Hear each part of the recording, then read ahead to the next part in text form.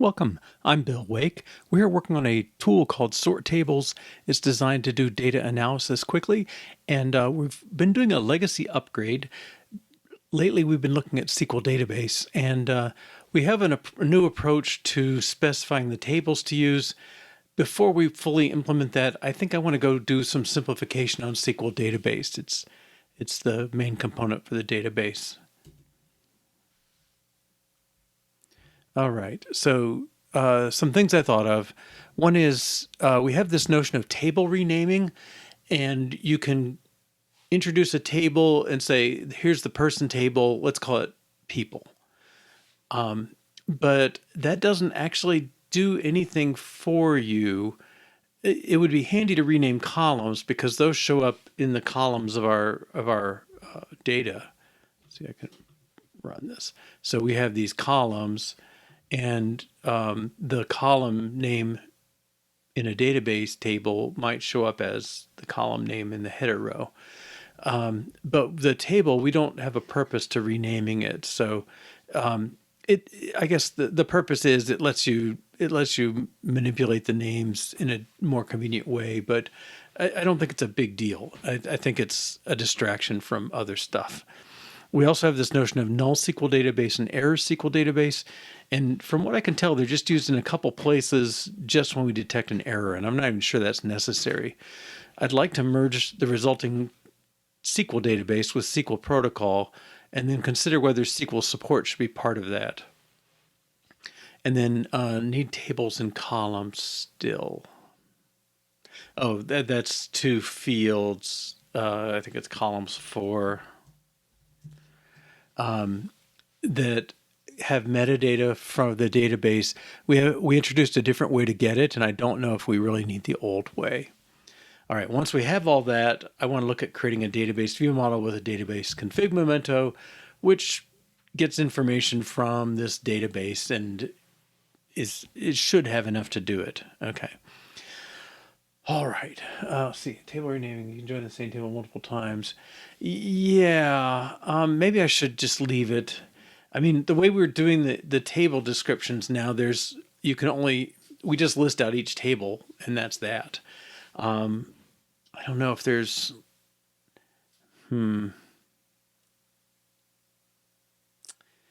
Yeah.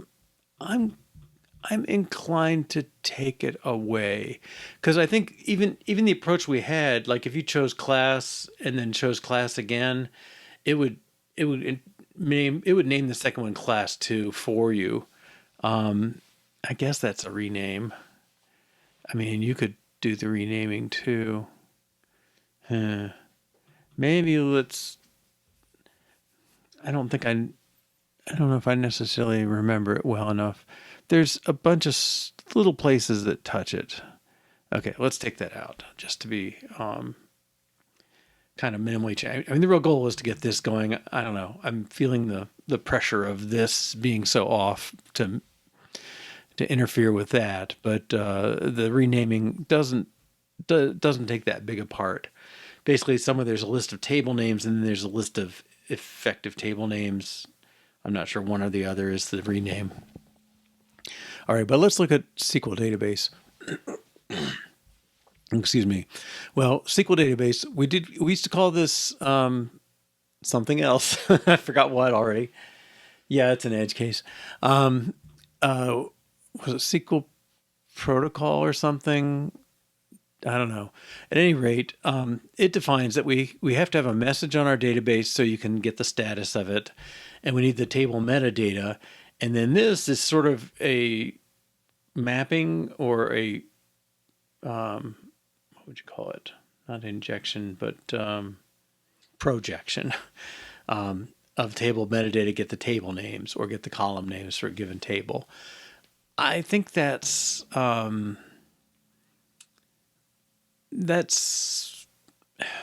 super critical, but I don't know. Okay, let me just add this. Okay, but SqlDatabase, the protocol, it has several implementations. I think there's 3 here and 1 in the tests, maybe. Database wants one. That's an implementation. Yeah, there's a fake metadata. And then the rest are not picky about which they get. Okay, so the three types, the main types anyway, NullSqlDatabase. Basically, if you haven't defined a database yet, I guess if the database name is totally empty, you haven't done anything. SQL support. Yeah. NullSqlDatabase just says provide the name of the database. Okay. I don't think it's that critical. Then ErrorSqlDatabase, and notice it nulls out all the tables and stuff. ErrorSqlDatabase also provides a message, database not found, and everything else is kind of null. And then valid SQL database, that's the real SQL database that does all the work. Now, I don't know that everything in here is quite right, but these are real queries going out, real stuff happening, that's the actual one. All right, now I think this is only used in one place. Oops, let's try this. Okay, so, well, not quite one. We create one, and then we have it, and then this is the place I was thinking of, but there's actually two places. So if the count is 0, return NullSqlDatabase, okay, which is really a database with empty stuff, and I guess that's their, I don't know, this thing, like database view model, it gets initialized because it's there, but I don't think it means anything. It's kind of arbitrary. I think, well, I'm curious. Well, what's tricky about this? This was more important in the old days when we had to type in the database name. And now we go out and find the databases and put them in this dropdown. And so there's no reason you would ever, there's no reason you'd have an empty database string, I guess. You might have no databases to find. That would be bad. But if it's here, it must exist, at least the name of it. And so, like this line, if the database does not exist, then return an error database. Well, that pretty much is not going to happen because we just found it. Now, there could be some sort of timing thing that somebody can delete it while we've got it or something, but I think that would basically show up anyway. So I'm gonna tackle this one first. Oh, let me see who references this. There may be more. No. Okay. Well, let's take this out. And I'm guessing our test will fail. It'll return a valid database with a weird message. All right, so unit tests.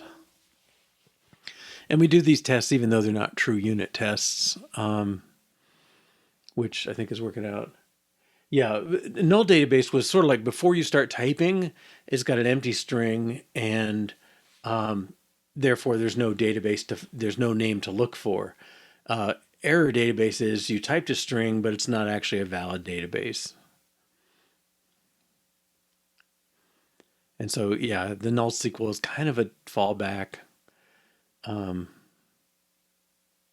Should be, yeah, I was going to say, it should be at least one failure, given that I saw a test go by. Okay, test non-existent, and what did you get?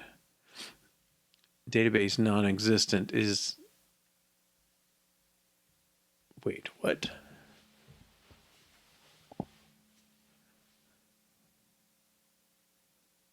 Is available? I think what they're saying is you could create that database if you wanted to.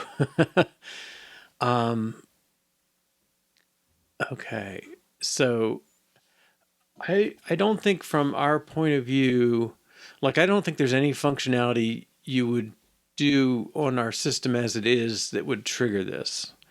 And so I'm going to say, like, this test is not really needed. I mean, that's the only thing that noticed that there's an issue with a non-existent database. Okay. All right. So let's go back here. And this code did show up before, because it would show up in your interaction when you typed. You type TES, while you're typing those, it's not a valid database, and so it would get used before, but it cannot now, because we just returned the list of databases to you. All right, and then therefore this whole thing can go away.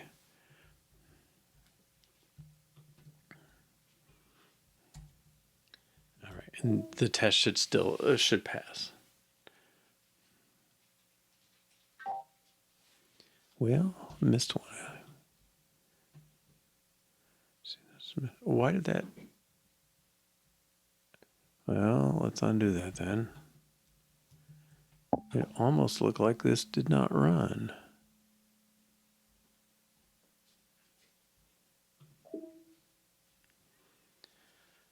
SQL news was not found. How did that pass here?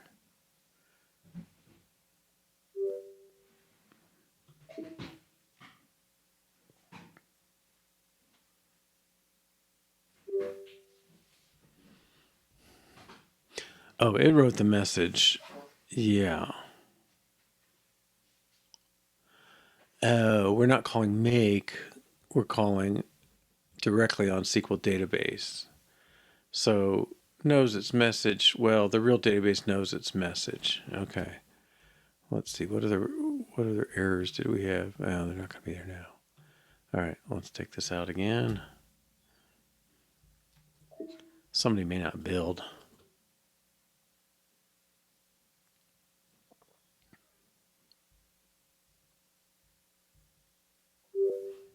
Okay.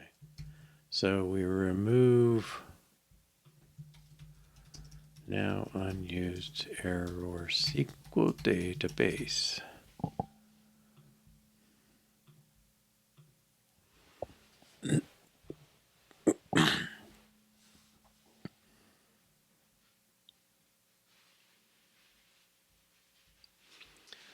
Okay, and then the null one.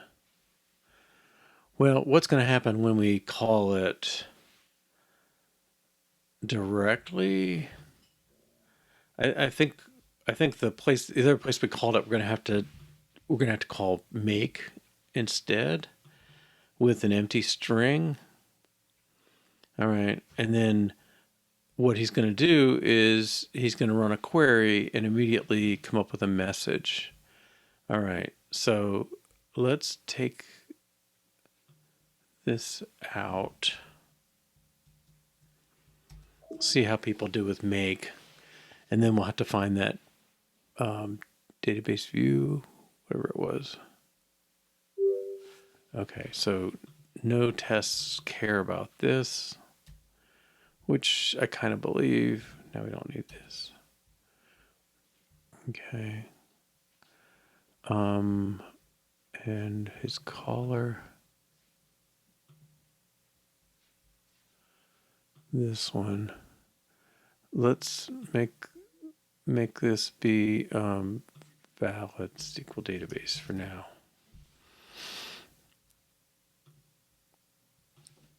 And we'll put an empty string just kind of representing that case. So we're saying valid's kind of a misnomer here. NullSql and a test. Well, so this should still pass, but we're going to take it away. All right, let's see what we got. Now, I think we may get a different message somewhere, but I don't think there'll be a substantial thing. Okay, here's one. New database view model starts empty. Provide the name of the database. That was our error message before. Now it says SQLite error, unable to open database file 14. Well, I don't know that it matters.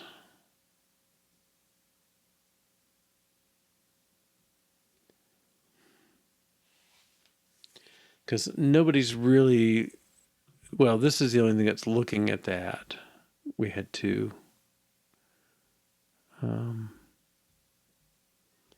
new database view model starts out empty. Yeah, I mean, we could assert equal being model dot tables.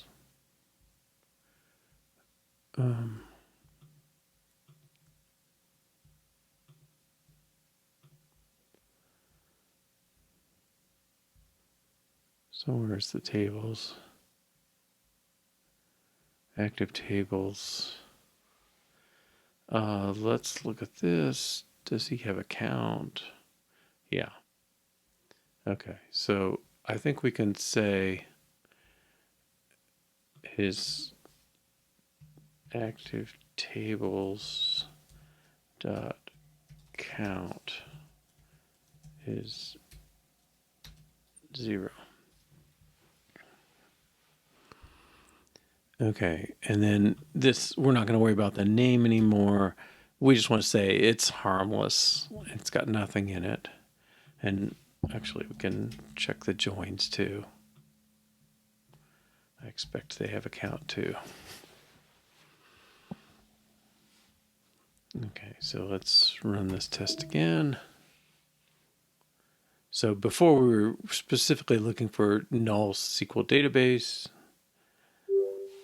Now we've just said it's got to be an empty database. Okay, and then all right, who's using this now? Whoops, SqlDatabase.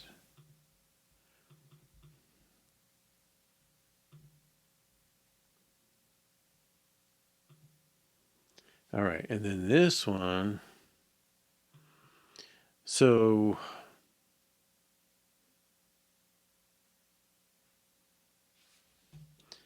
non-existent SQL database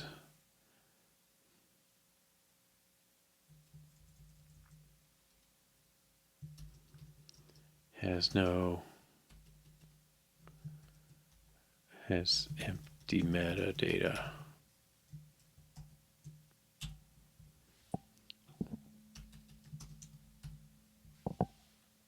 We're not going to look at its message. We're just going to make sure that is empty. Whoops.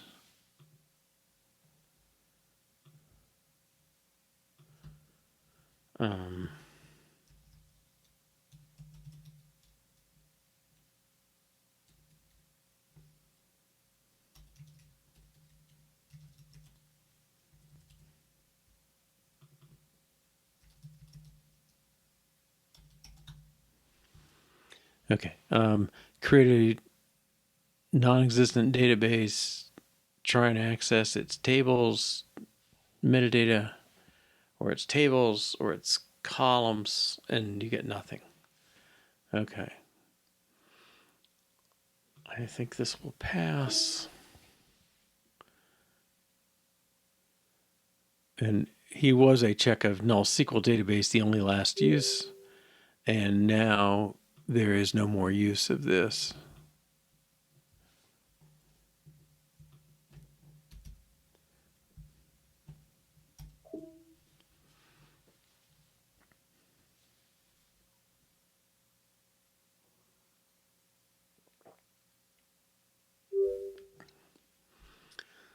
Okay, So let's check that in. Now unused NullSqlDatabase.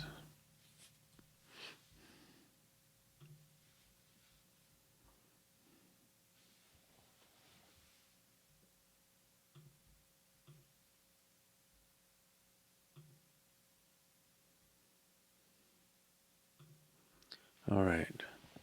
Now this, all right, let's see what to do says. Eliminate these two.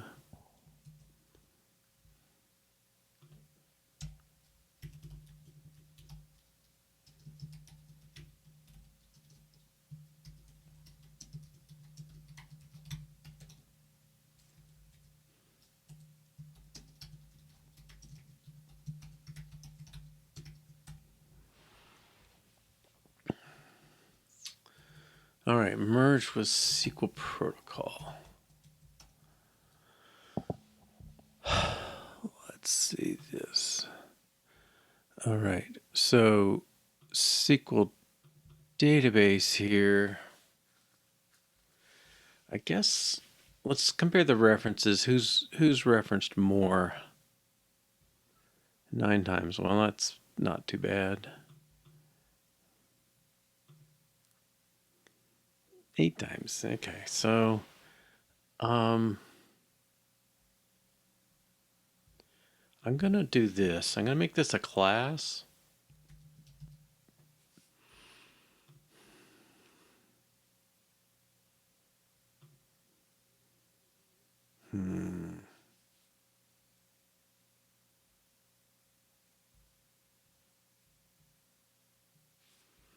All right, let's make this private set for our message of string. Private set of our table metadata.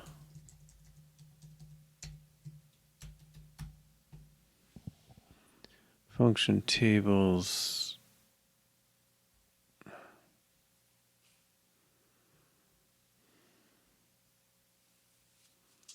No, this is not helping.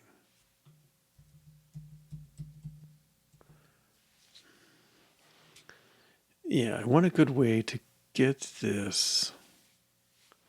So this thing must have message, right? Message. Yes. Okay.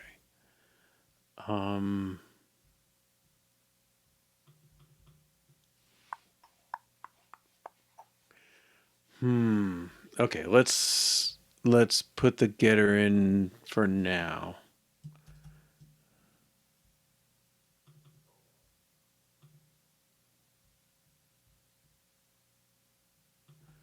Expected get or set.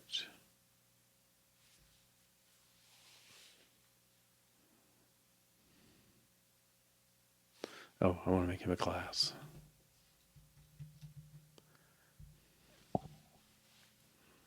Table metadata, make him empty.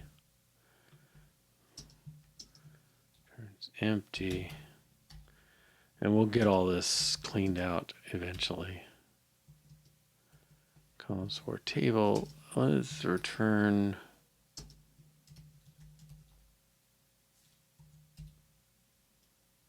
empty. Okay, so that's happy. People down here are not so happy.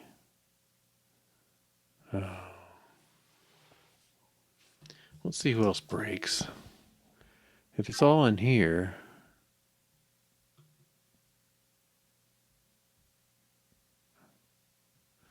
All right, let's.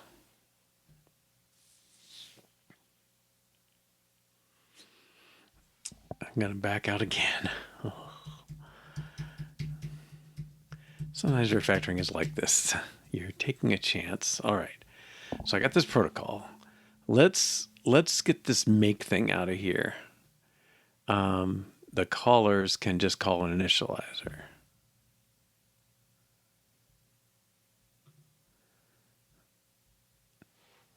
Dot make. Well, that's not the same thing.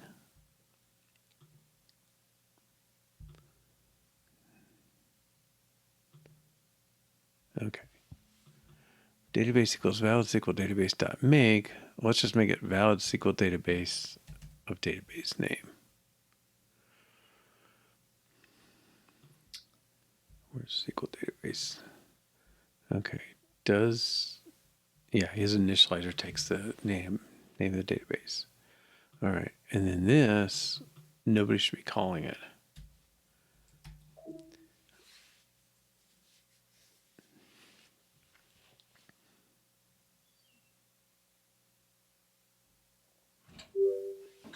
Okay.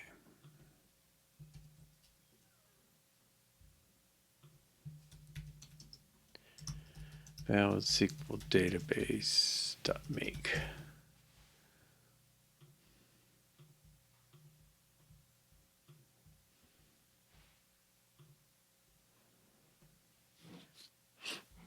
Okay, so now these things, I'm going to pull this down right by it. Okay, so if we just make this, he's got to have message is his public thing. Okay, let's say private. That's public, public, public, public. Okay. Yeah, that was the only little helper. Okay, make sure that builds. Well, run tests.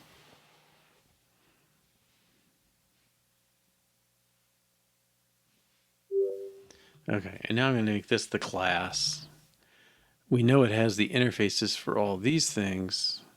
So anybody who referenced valid SQL database is going to have to change to SQL database. All right, so we know there's some tests. We know there's some real code. Yeah, I should just unbuild. Oh well. Okay, cannot find in scope. Good.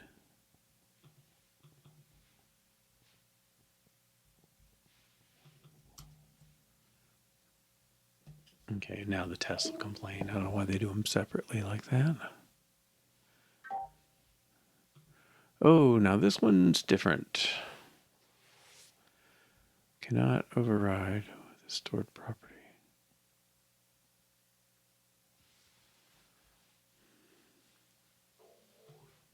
Well, let's put override in here. I'm not sure how useful this one is. Okay, table metadata equals that.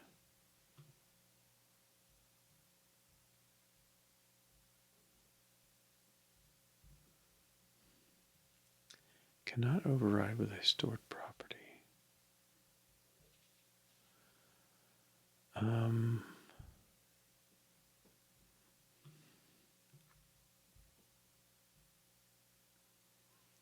Database view model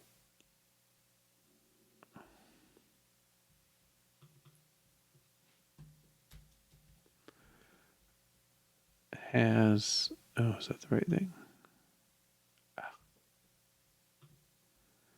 Fake metadata. Okay, table metadata. Was that a function in SQL support? No, SQL database.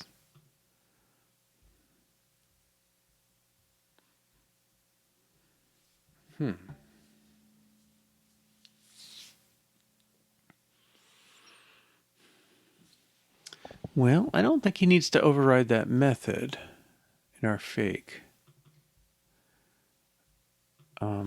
Let's take this out a minute. Tables. Ooh. Yeah.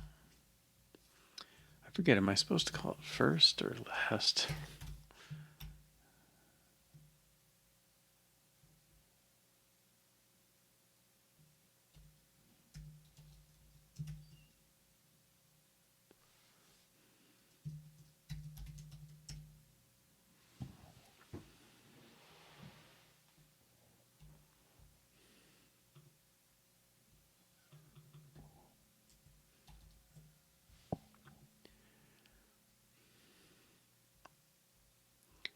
Okay, I guess it's too many years of Java. Okay, this is just SQL database.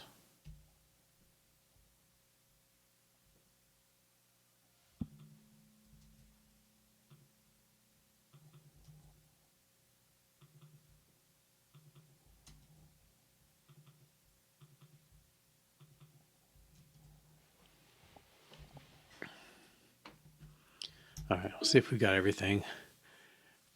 Yeah, that's mocked. All right, undefined, undefined.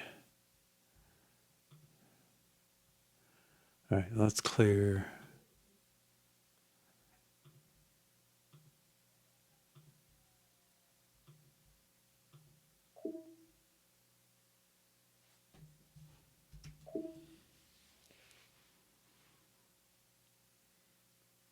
I don't think we do any reflections, so I'm not sure why that would not be there. But yeah, okay, it really is Xcode. It when you delete classes or move them around, it gets confused about it. I don't know why. You would think they would design it to detect that it's an error and do something. I don't know. Seems weird. All right, so we've done something good. We've fold together SQL database and valid SQL database into just SQL database. All right. Now that I'm happy for. Let's go find that fake. I might have commented something out. Yeah. Okay.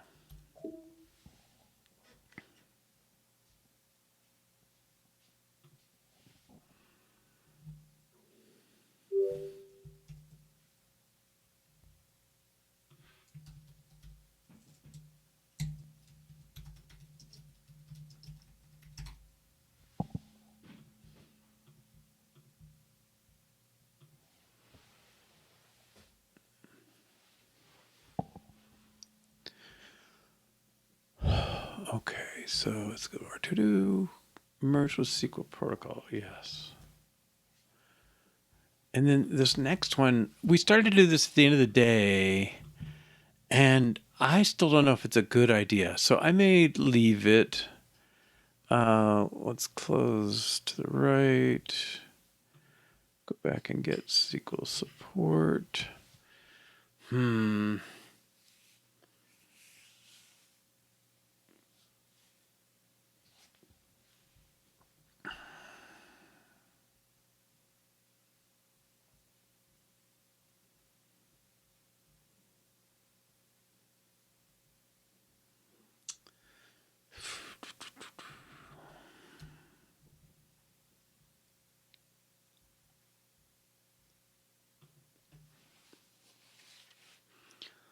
I think I can say this as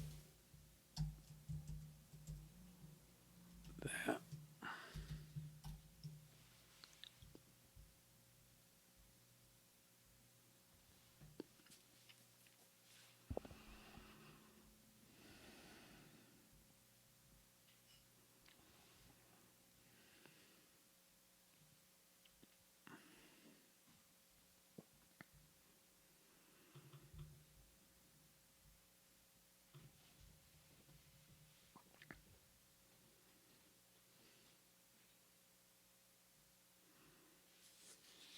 Okay, so that's sort of known.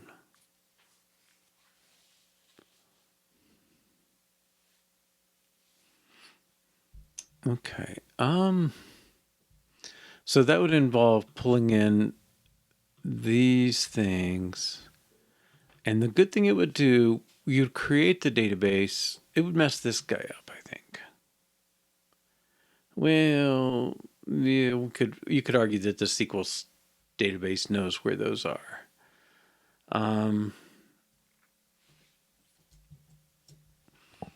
Each of these functions would be in there with database name implicit because we already know that.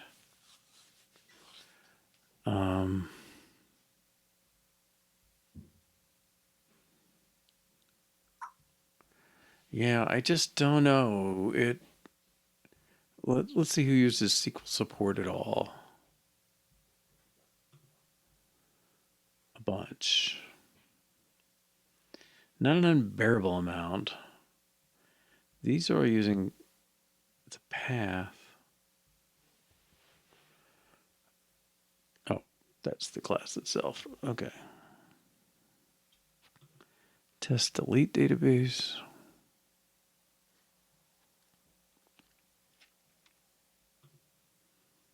The actual query.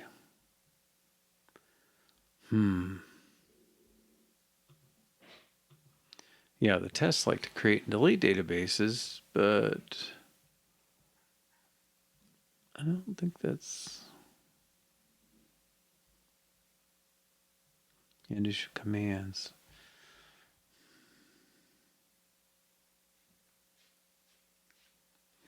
Yeah, kind of takes some work. I don't know. I'm tempted to just leave it for now. I don't think it's unbearable. Well, gosh, SQL database seems like it should do this stuff though. I guess that's the bad part. I guess what it is some of these are more from the outside, like you don't know the database yet. You might need to know the path from the name. Database exists. This one actually executes on the database. This one executes on the database. And delete is, again, kind of a higher level thing.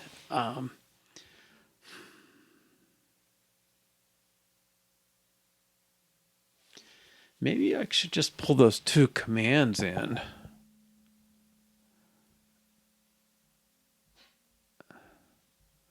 Let me do that.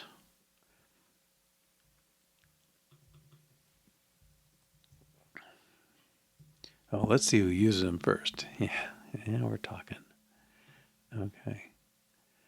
So, tests only. Interesting. Command create table.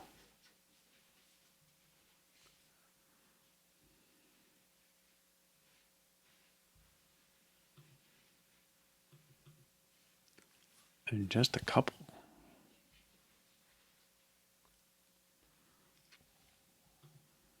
And what about query?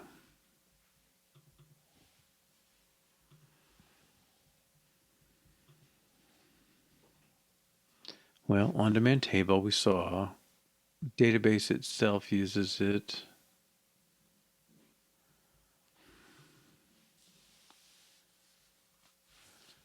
Yeah, let's pull this over. It's being generally used. Okay, I'm just going to do it directly. Move over here.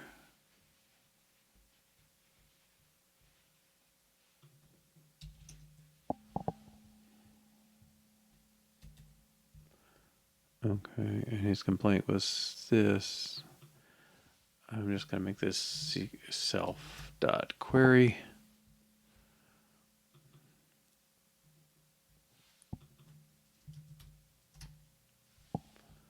Query. And this one is SqlDatabase.query. This one is SqlDatabase. Query. Okay, that should not affect anybody. Oops. Unknown statement message.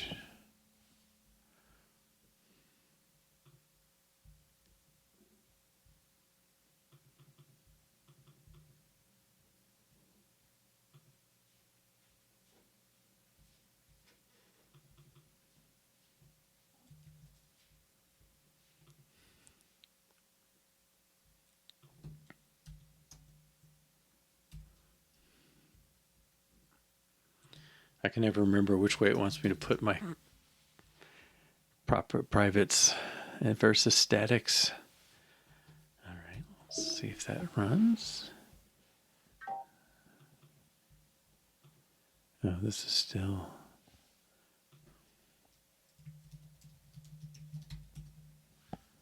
So I guess it's not private.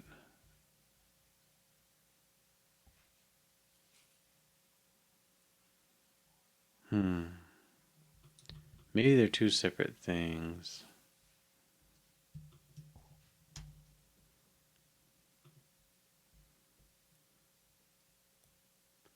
I could see him needing that here.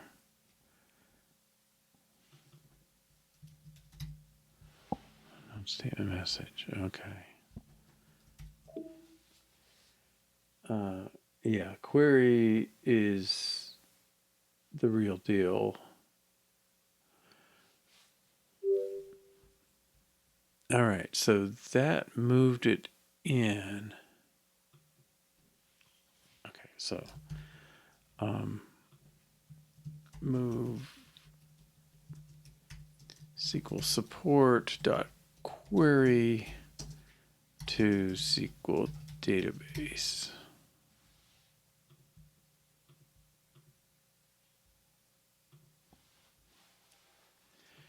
Now, query, let's see who's using this. Do they have a SQL database? On-demand table.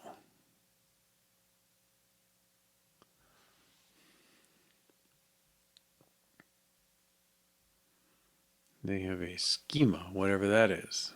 Working schema.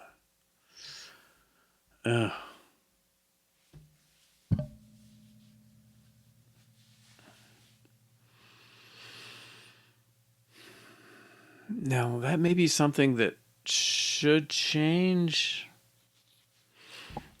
but I'm not going to change it today. So what I'm going to do is put two mechanisms in there and default the one to the other. So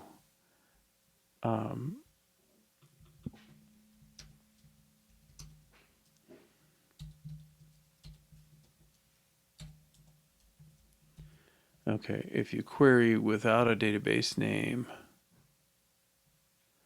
and just give a select statement,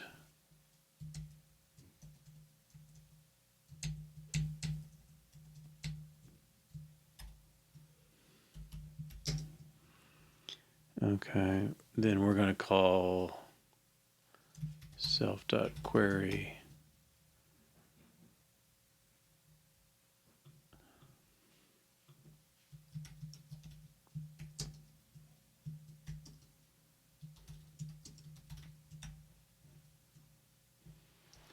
All right, and then the database name is the name.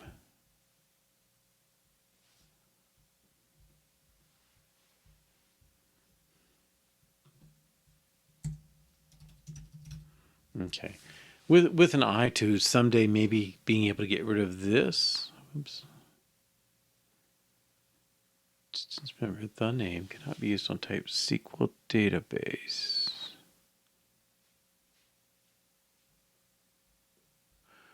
Oh, that name is coming from.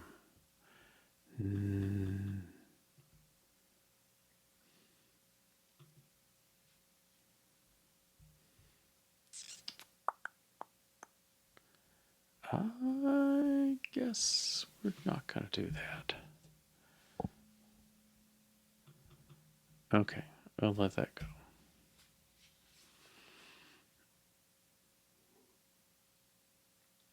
I guess as static, it kind of needs that. Okay. All right, let's make sure we're still green.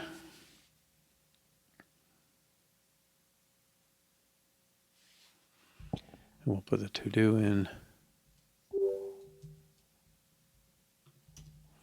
Make SqlSupport.query part of database rather than in SQL Support. This is SqlDatabase.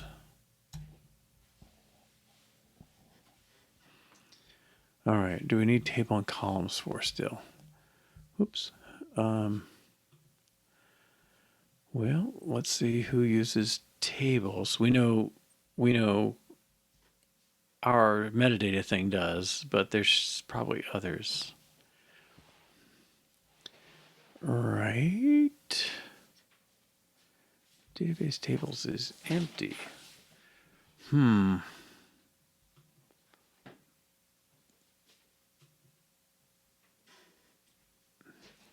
It's almost database is empty.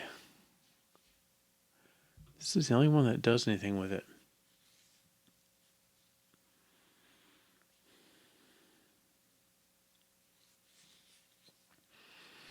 And the selected index thing, I don't know. That's nothing I want to mess with. Okay. This is, yeah, I guess that's okay. All right, I'm not going to mess with that. Columns for. It's not much, right? It's database model wants to know, does it have any tables? I think you could say database.has tables. A test cares, and then the real tricky one is metadata.tables. Wait a minute. Metadata is SqlDatabase.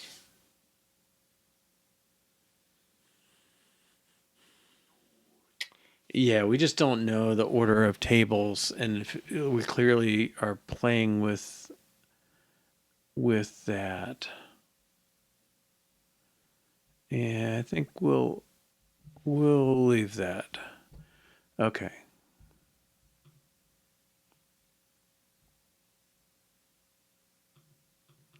I'm gonna not answer that question. Okay.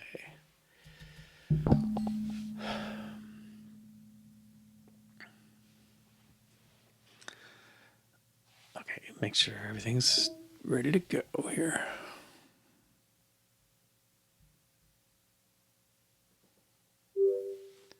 And, okay. Yeah. Formatting and to do.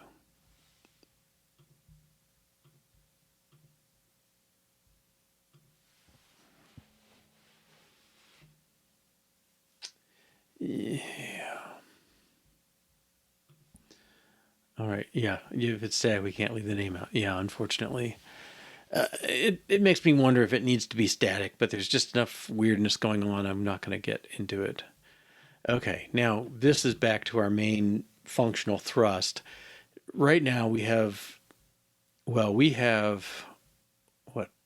that called? Is it metadata? Table metadata? No, it's called something else. Select table selection. Okay, this is the metadata we have. It knows the table name. This is one table. It knows its columns. It knows whether the table should be included, and it knows whether the columns should be included. Okay, and the set of those, or a list of those, gives you all the metadata for a database. Now, the deal is when you're creating, let's see, database view model,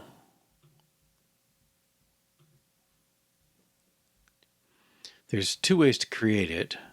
Once is the easy way, is just initialization with empty, and then it relies on the fact that that it's an empty database here.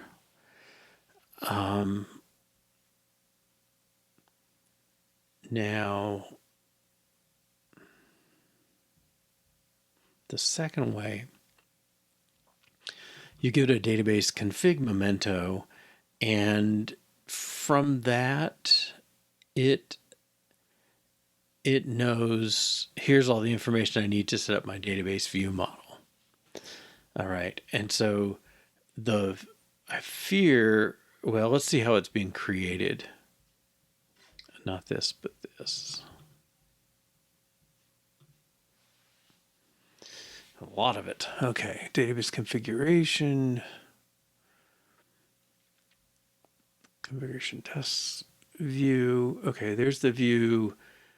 When he creates one, he just starts it out empty. He holds on to it as an observed object.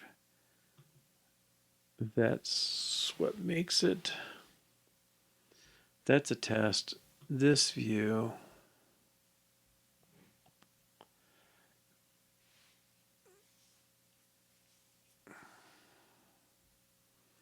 Okay, and then I think this is the other one that counts. Database view model.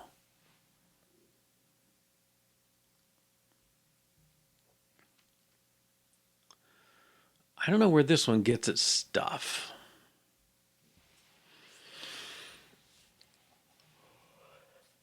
Oh, excuse me. Okay, so table controller is UIKit.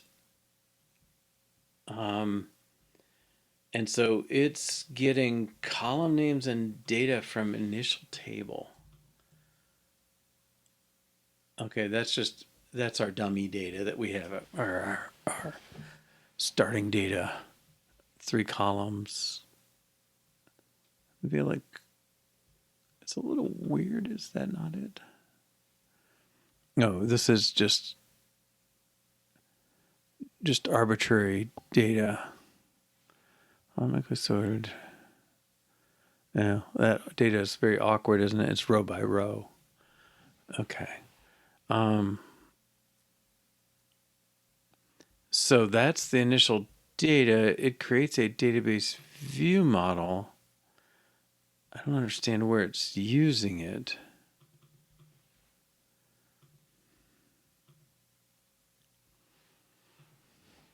Okay, creates it empty. Oh, here's a function. If you click configure database, which is create database configuration, we open up database Swift UI with the database view model. That's the create. And then this one, I bet, is the open database with database view model.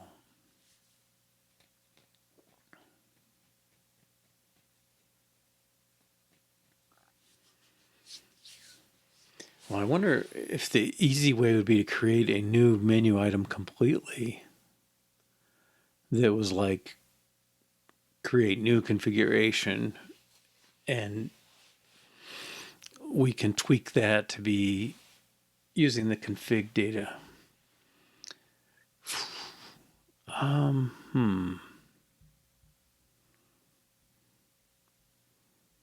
So, well, there's this configuration. Open database to configure DB.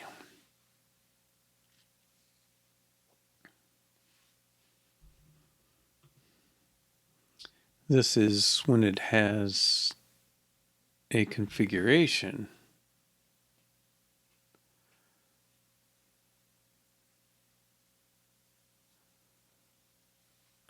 Okay, so I think this, oops, this is the one that, oh, sorry.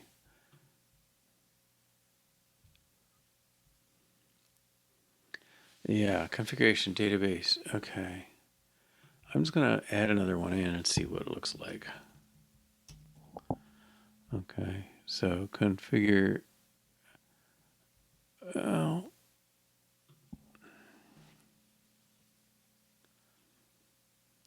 I don't know how to distinguish them.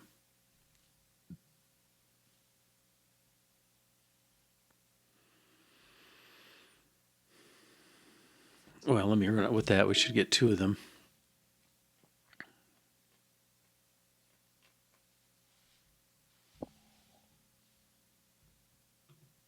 Good. To create database configs. Okay. Title that. And that's the lookup. Okay. Open database Swift UI is the perform segue to configure DB. Well, what has changed? Table controller.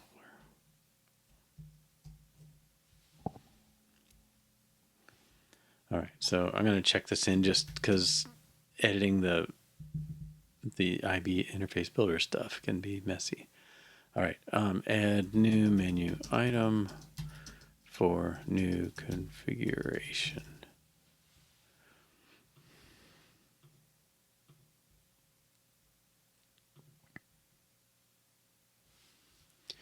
All right, now configure. Let's see, where is that thing? Not the launch screen.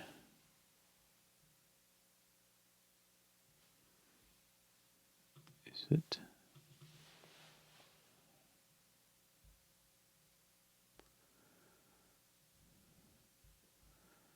Let me make this big.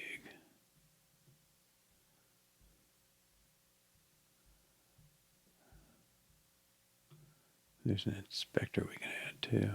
Nope.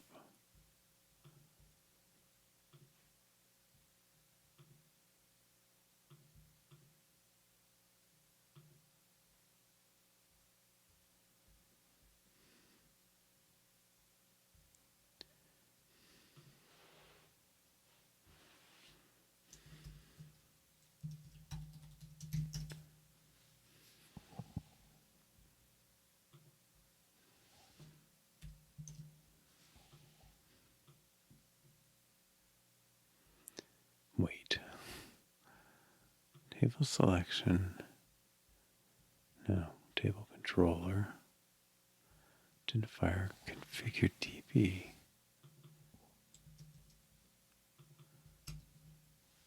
Find text anywhere in the project. Okay. Main storyboard. Yeah, that sounds more like it. All right. Let's shrink this a bit.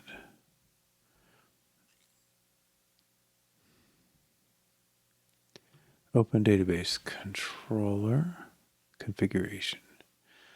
Okay.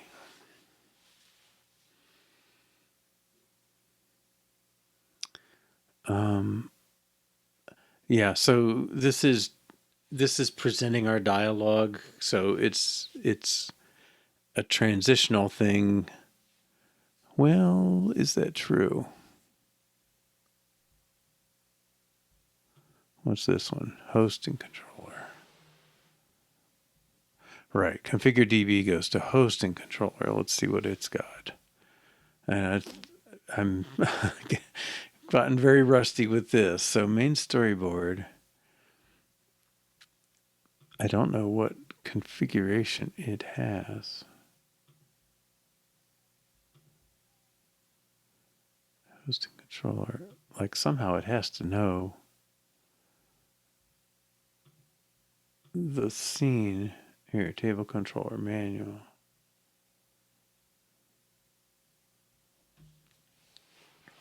That's what presents it. Present modally segue to hosting control.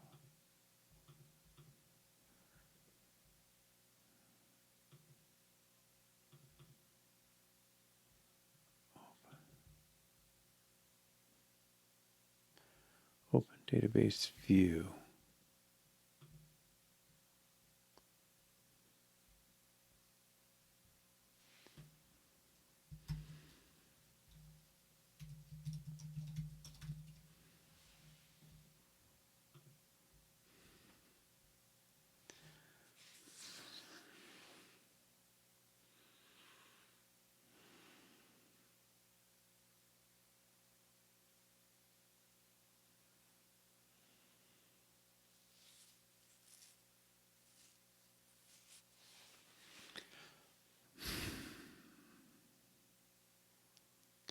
Okay, segues into the open database view, which creates a database view model.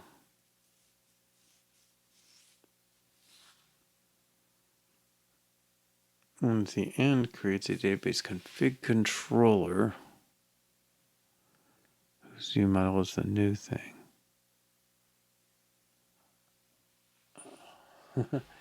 Yeah, I'm not sure how that gets in there. Let's find that configure DB again.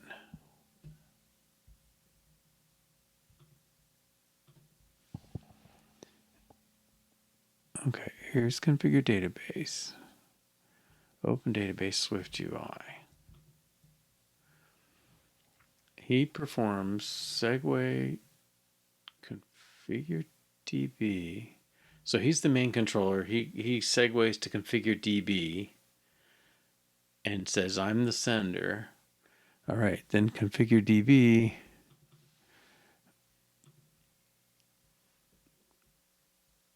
says, hey, when somebody asks you to present configure DB, call this hosting controller.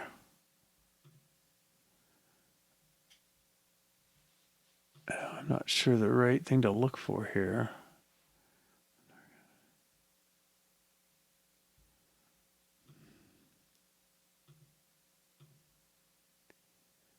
He's got not much here.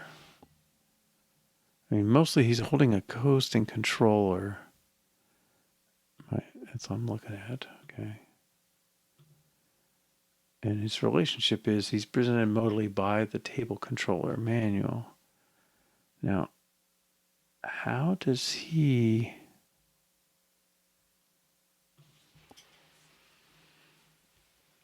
Okay, configure DB.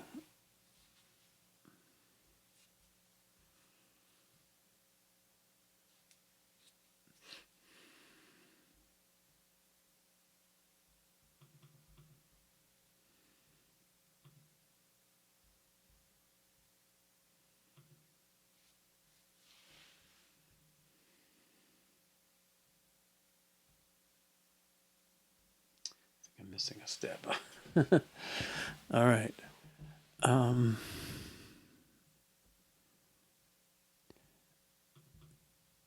So this is on table controller. He says open data Swift UI, perform segue, identifier, configure DB.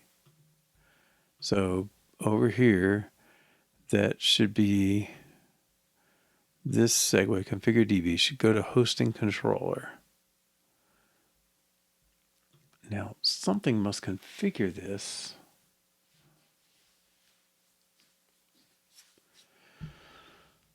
Okay, what's first responder? Nothing. Like, I'm expecting to see some sort of name. Here's label first responder.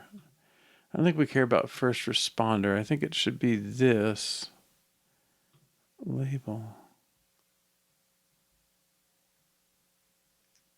There's just nothing there that would trigger it. Deployment target, help. We look at this.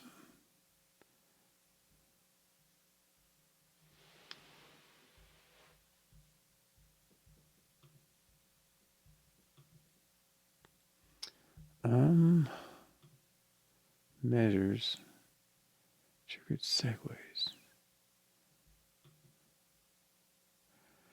I don't know how I get to see that. Let me zoom in. Can I select this? Oh, table controller, open database, view. Okay, so that's the method name over here. Open database, view.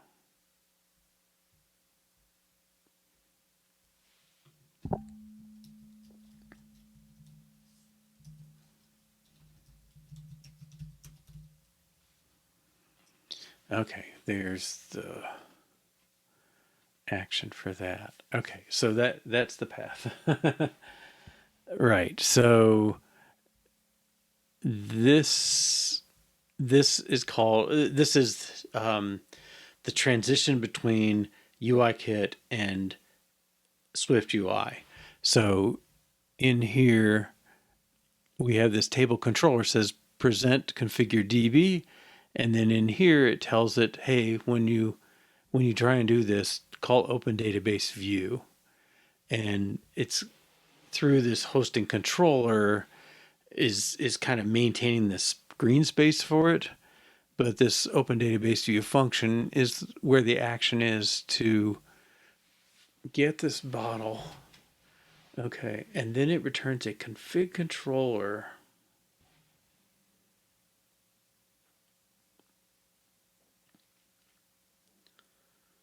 New database model. Okay, so it's creating an empty one.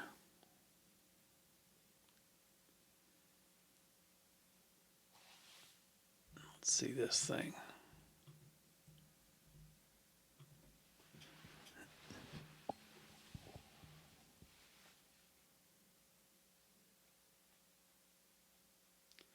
Yeah. So yeah. So that's what happens. We're going to create this thing. Go to our database view.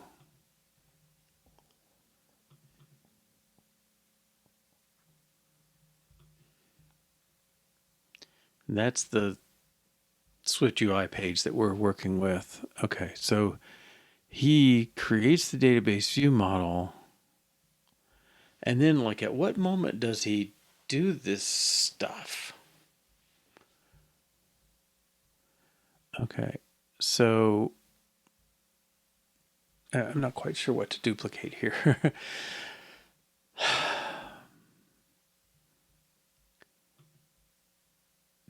This that creates a database view model that we give to config controller,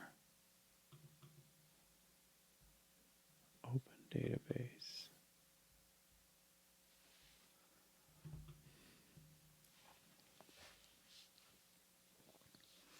Well, this is working with whatever it gets. On-demand table, working schema. Okay, so it's somewhere between these two. So I think database config controller is showing our database view. Make sure that's true. Yeah, that's our database view. So create a new view model.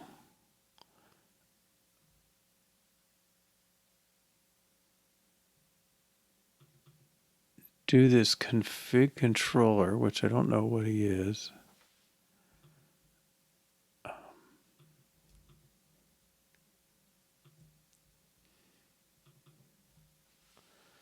All right. He's mostly there to show the view. Oh, there's your hosting controller. Okay.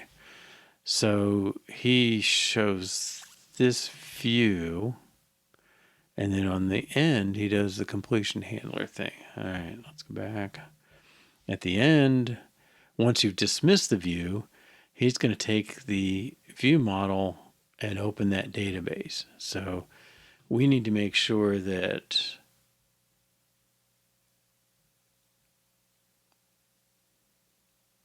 how does it know which database view model?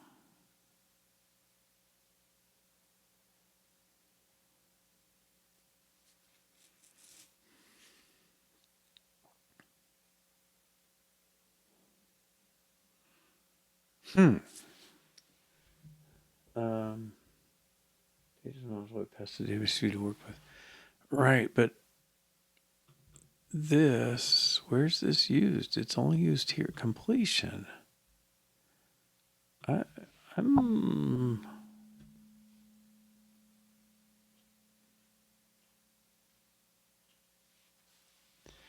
maybe I'm mixing up these two things too much.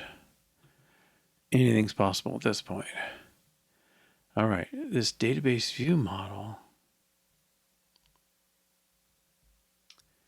Yeah, I guess I'm still not clear in my head how this is getting to where it's going. Open coder takes first a view controller. Coder.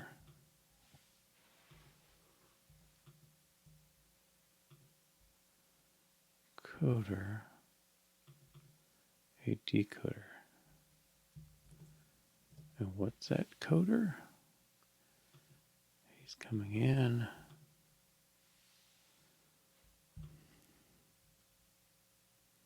Well, we know he's in the storyboard. Segue. Open database view.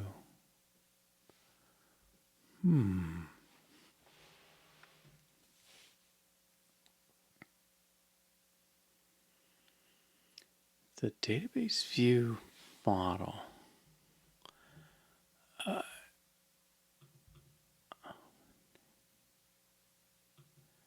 Well, Open Database is going to be the thing that, I mean, that gets into this swapping table. That's the whole UI part of our model.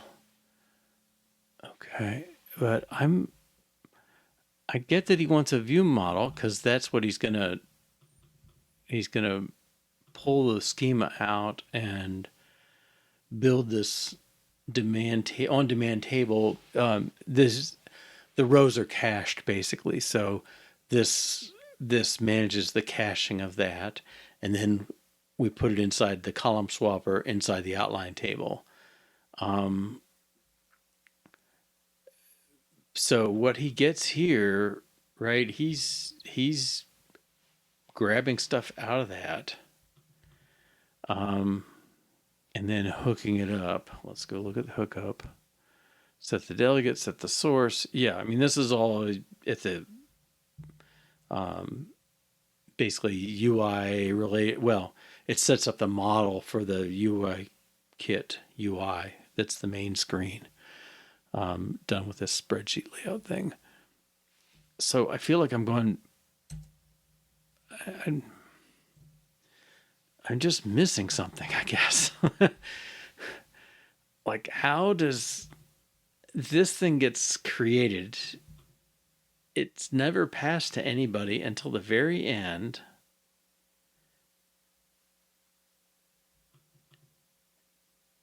But database view, I don't see how it gets to the database view. Because it's got its own view model. Now, is there, okay, on change, let's see, what's at the bottom? Up here, no, that's all done.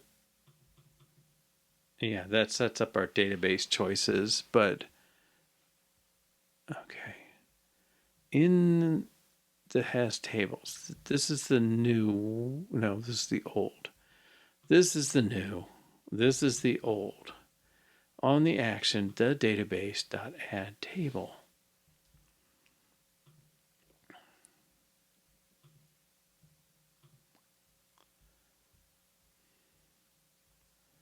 Add table, and then it adds it to active tables. Okay.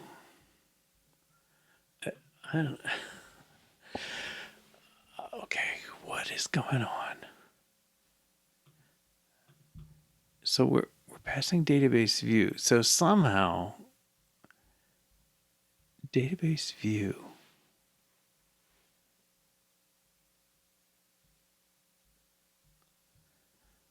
I don't see anything in here that there's no initializer. This gets initialized locally. All these get initialized locally. Nothing gets passed in.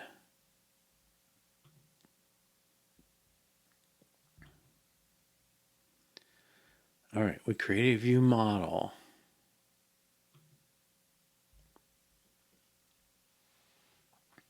Which is different. Okay. What do we do with it? I don't know. Let's run and see what happens here.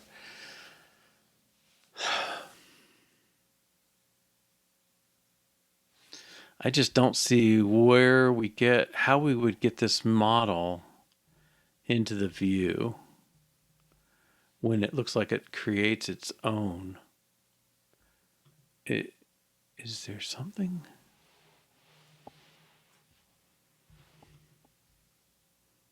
Database view. Who has the init with the coder? Is that the view model? Yeah. Now nobody's talking about any of these, right? Code. It is codable. That's the one thing that makes it relevant, I guess. The coder.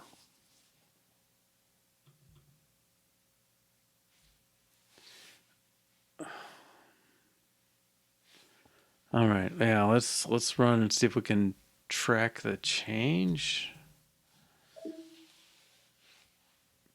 Database views the view with actions to perform.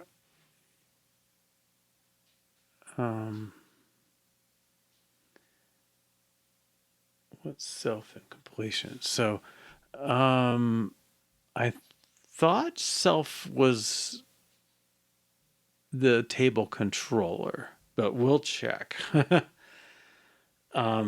Table controller should have the database view model. And let's go make sure that's true up here. Table controller, database view model. Okay, so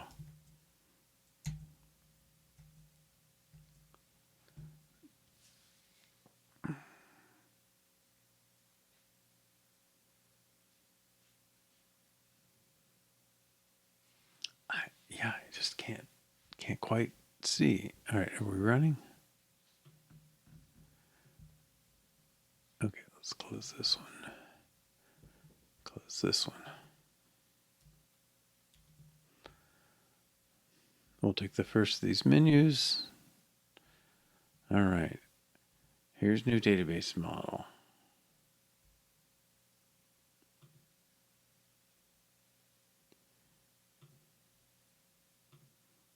Are you going to give me an address that I can work with?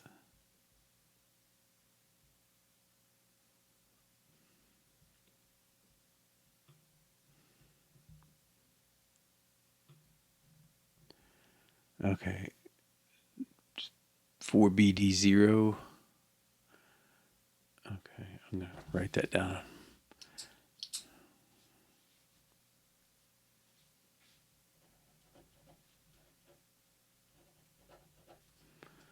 All right, so I'm going to step here. And then I want to break here. So this should open that screen. Well, let's go look at database config controller.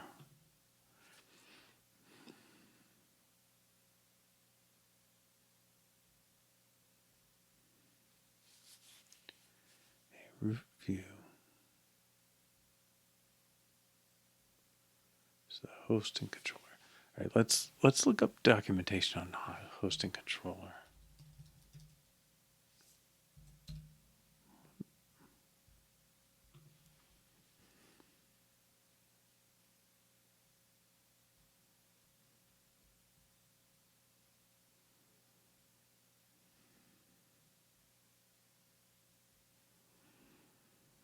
Coder and root view from the archive. Creates a hosting controller from an archive in the specified Swift UI view. I don't know what that means. Coder and root view.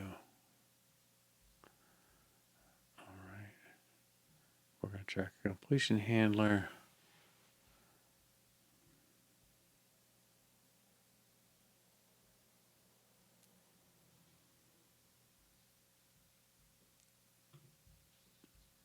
Okay, I should get here. All right. And then the completion handler is the code we were just on. This code is completion handler. All right. Now, let's go again. All right. So he's popped this thing up.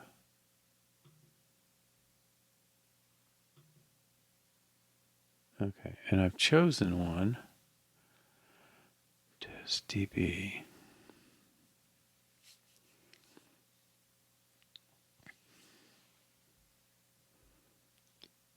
All right.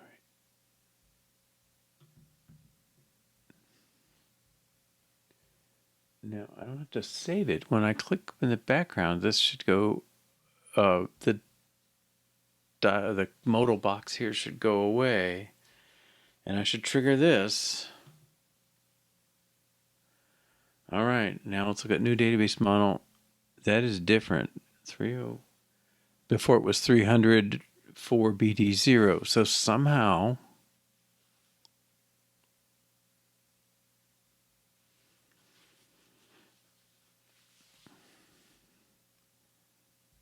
where does this come from? Okay. Well, does he have any exiting activity? I don't think he does. Okay, database view. He's got a database model. And that feels like that's what we're getting, right? database unable to contain. Okay, something's going funny. Although, you know, we've never seen this working. Maybe database view link to the controller. I somehow what seems to be happening, this allocated a variable, and maybe this is just there to, like, we could have made it nullable, but we didn't want to. So I don't think this is the same thing.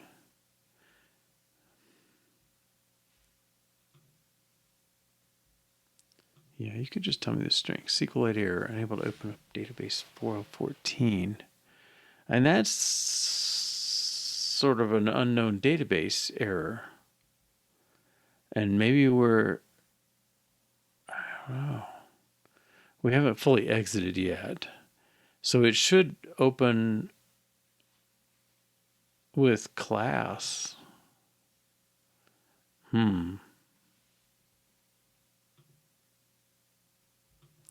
Now, I'm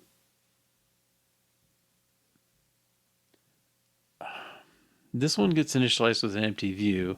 Somehow, when you get back to this completion handler, he's like, oh, I've got a new database view for you. And then he opens it. Now, we don't know why that failed.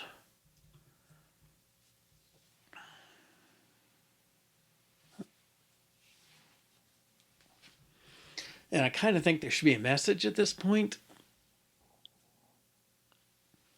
Sorry, checking the time. But like something in this, he calls you a host and controller, but I don't know what he's. And this thing creates its own model, but I don't see anything that would get that back here. Init view to disappear. Completion handler.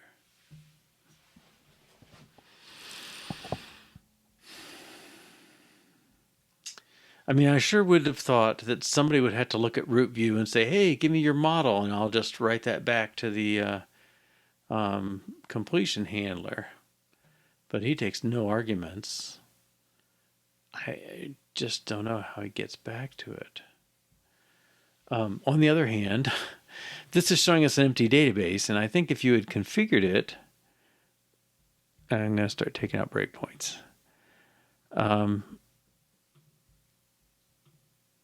Okay, select a database. I think that's a test one that maybe didn't get deleted. Okay, so we selected a database. Now, it's weird to me. Oh no, this is okay. He's got 5 fields. He's a table. If I add a table, tables don't join. Now they're back. I don't know. Add another table. Okay, they don't join. That's a problem. Now, if I go away, I don't know what I got. All right, but if I just do one, I believe if you did this, I think what's supposed to happen is it should have pulled in the table with all these rows, with the column, all the columns and all the rows in that class table. And we don't need a config. We're not saving it. That's okay. But that should have built the old school version of a 5-column table, and clicking away should populate it in here, but it does not. Okay. So I mean, it looks like it's an empty database. It's like it's a non-existent database which I kind of want to see those errors. But what's weird is if I take this first one, DB to open is available. I don't know why that's on the list. Well, let's go look.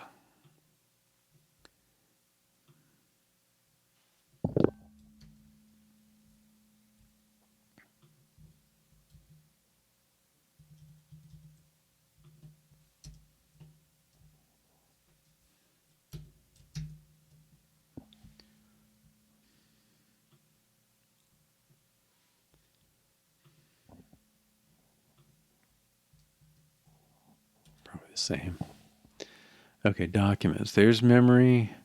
There's DB to open.db, 0 bytes.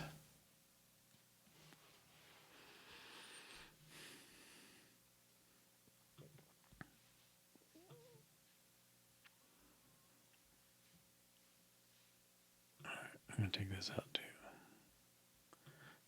I'll note that we probably should check into why those did not get deleted. All right.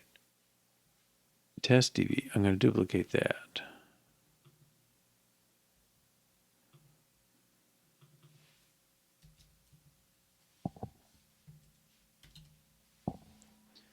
Okay, back to here.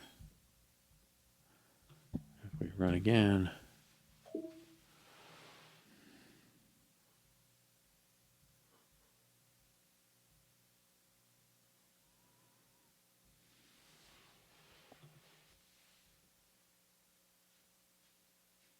Yeah, that was the message earlier for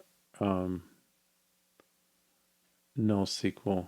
The database is available because that slot can be written. There's nothing there. All right.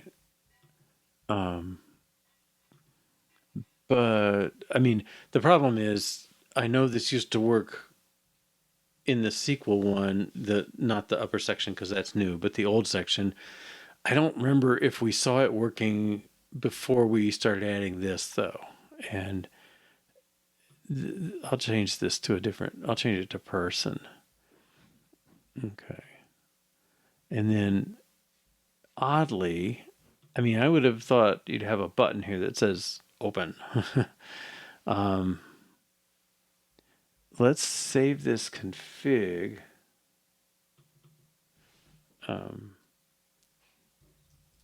Config, what was this, 28th? 1128.config.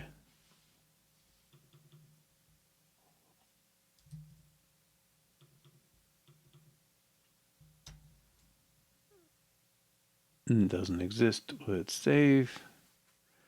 Oh, but yeah, this is weird. We don't have an open. Oh, we do have config. Okay. Yeah, let me paste that. Open it. Okay, there it is. So maybe, well, no, this is, wait a minute. Let's do this again. Database config. Oh, it is test 2. Okay, let's make it test. And then we'll look at registration. Let's look at person, ID, name. All right. So I would have thought this is this is back to our update bug. Yeah. Well, I'm not sure the model I had back then as far as opening the config when it exits. I agree it makes sense to. Whether it was supposed to or not, I'm not quite sure. Like, what's the point of specifying all this stuff and not saving it, right? You would think it should open. So I feel like it should open, and maybe it did open. But I think what's going on is this is because of the update issues we have. I set this and I choose it and I come back and it's already converted back to class. So, okay, but this is testDB class. Let's say config I need to make this bigger. I can't see what I'm doing. 1128b.config. Let's copy that, save that. Okay. And then I wish that would appear, but the open database should do it for sure. Come on. Who's config?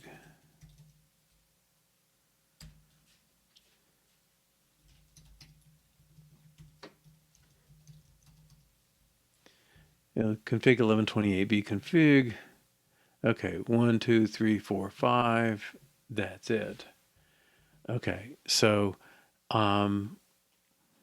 yeah, we're seeing a combination of things. I mean, to me, the interface really should be like if you click off a modal dialog, you're kind of dismissing it. So I don't think that should be treated the way we're doing it. I think it should just ignore it. Open config needs a file picker. Yeah, it does. Except I'm not sure if we want this or not. But if you go to the trouble to open up and specify the configuration, I mean, you should at least open it, right? I mean, that seems very natural. Saving it and reopening it, okay, that's a way to look at it. But what we've got, we'll let you save it if you explicitly hit save, and then we'll let you load it if you hit load. And it seems to be working in that sense. But maybe, all right, let's go back to this thing. Table controller. Maybe the reason this thing doesn't do anything is because it never gets access to the view model, the new one, right? So it's got the empty one that's sitting around.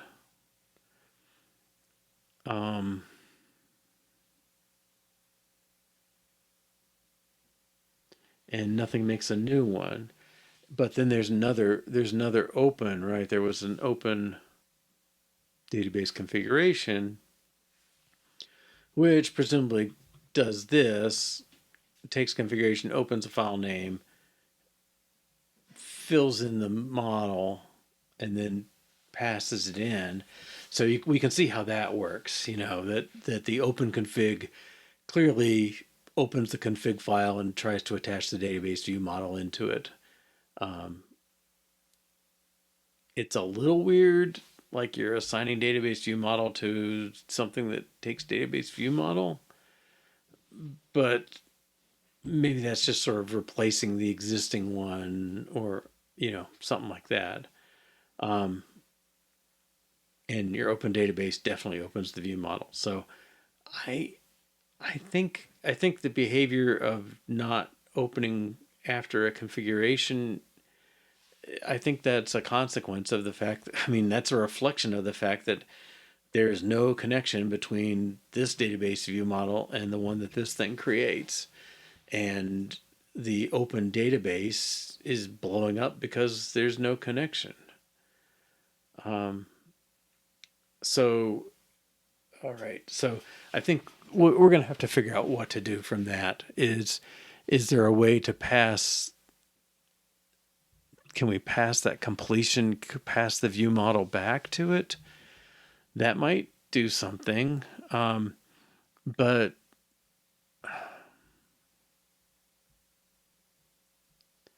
I guess I'm still kind of stuck that SqlDatabase has all our configuration we did with the selection table, has the information you need for not this one, right? All the information you need for database config memento is sort of in our selected table thing. The database name, we can probably put it in there somewhere. Active tables, yes. Database tables, mapped table names, selected columns, and an empty joins. We don't need to worry about those right now. So whoever creates this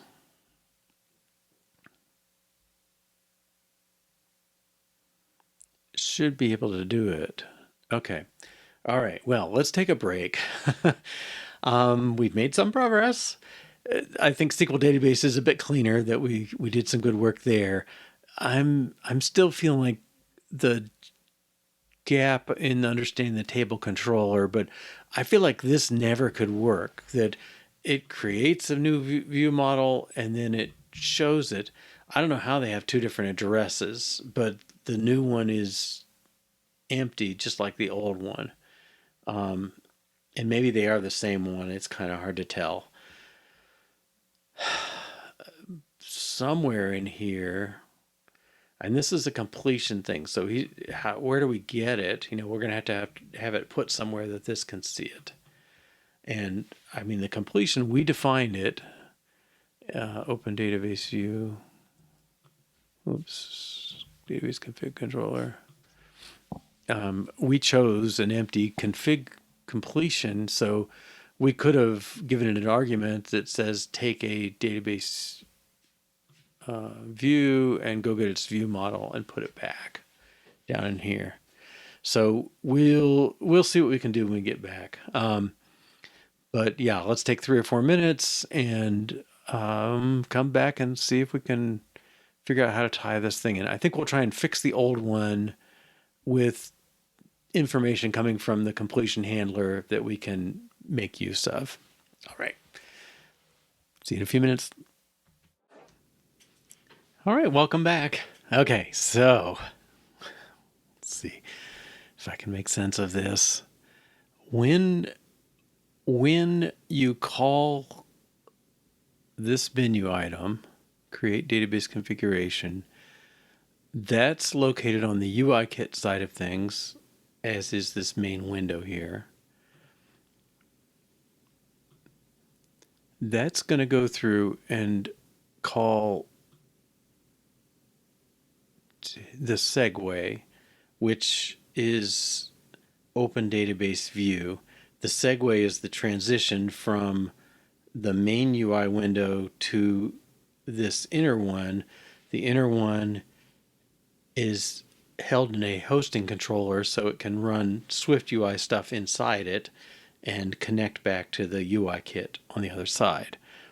And this method says create a new database view model and then call a database config controller that's going to trigger opening the view. So let's go to that thing.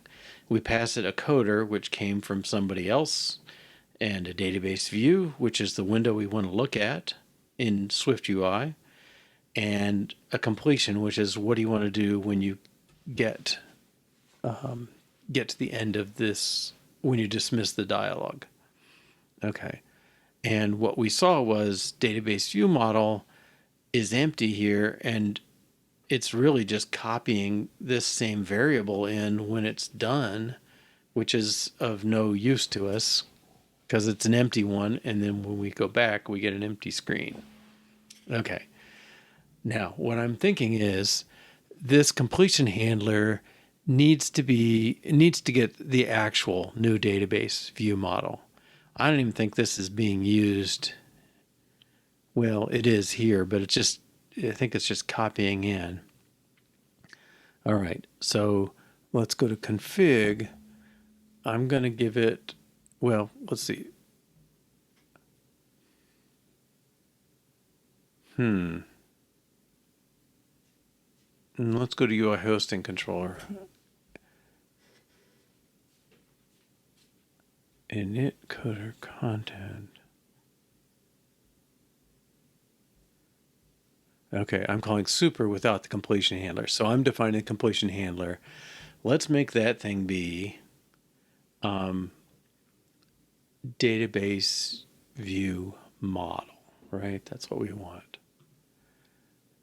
This thing. Okay, so the completion handler is going to give you a database view model.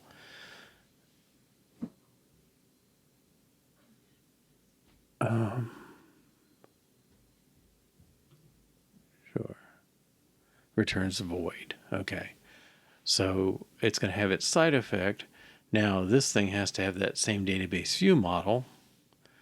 I mean, really, okay, that's the variable for it. Yeah. Okay. And we're saving that in our config controller here, but we're calling the initializer with the original view it had and all that stuff, root view. Okay.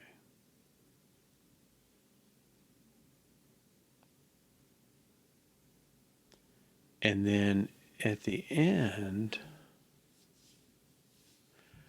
down here, completion handler. Oh, do we have the root view?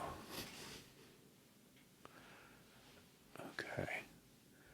I don't know if I may be messing things up more than I'm helping, but let's put the root view. Is database view. Can I override with a stored property root view? Oh, so we have access to root view. Okay. So let's pass it in here. Root view dot.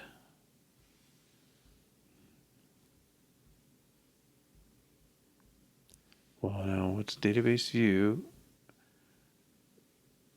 Can we get the database?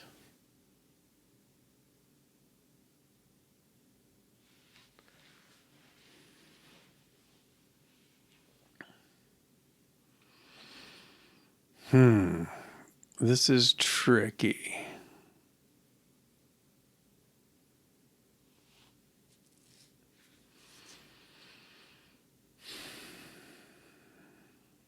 It may be the wrong place owns this model, but I think this feels funny. But he's still got it. It's a state object. So the ownership is here. All right, well, we're going to take it back. Root view dot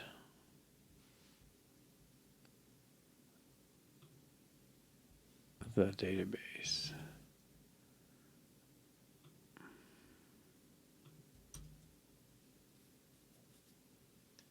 Okay, is everybody okay? Delete breakpoint. Now the caller should be a little upset.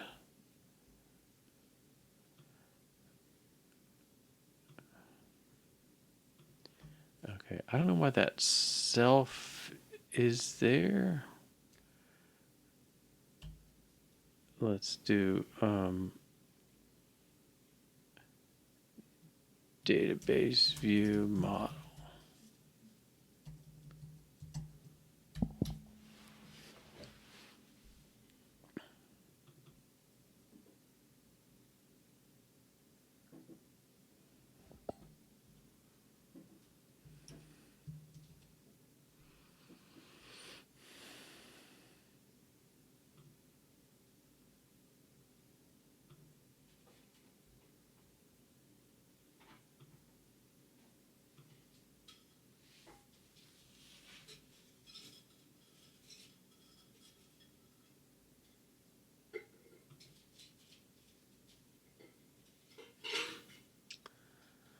Okay, well, that's how I intended to do it.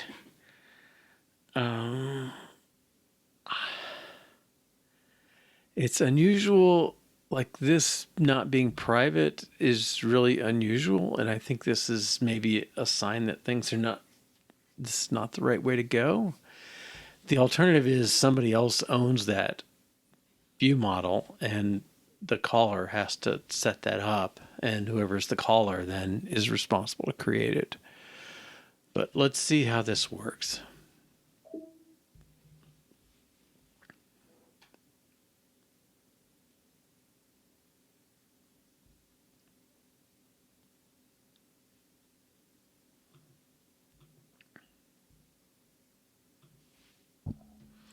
All right, so if we go to create our database configuration and we have class I mean, we have this, it's going to default back to it because of some error, but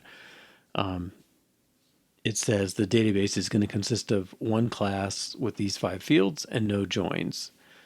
All right. And so we could save it, but we'd like it to be when we click in the background, it just opens that. Yeah.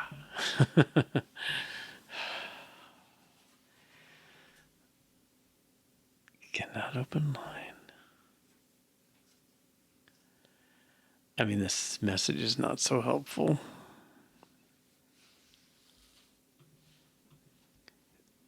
That is true, but not too helpful either. Accessing state object not installed on a view will create a new instance. Okay. That is not allowed. That's what I was afraid of. Okay. So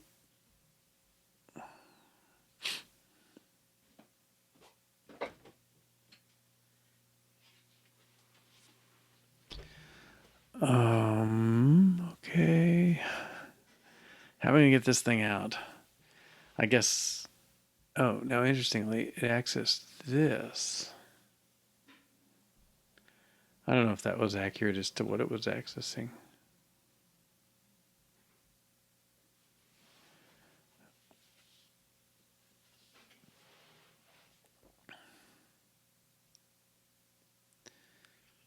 Who creates this thing?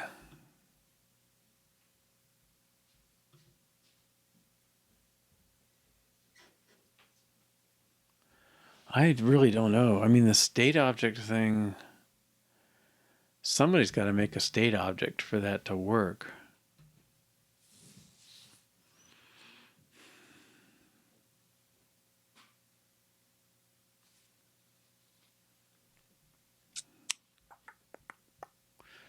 Well, okay, let's pursue this side.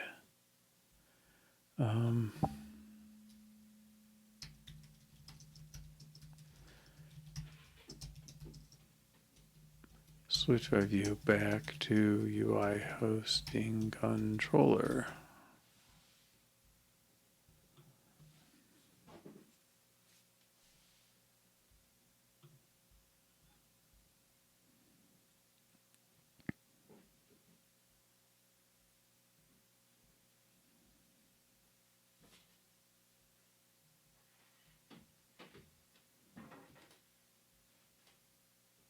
Sign poster, nothing is deallocated. Okay, well, sounds like a mistake I'd make, but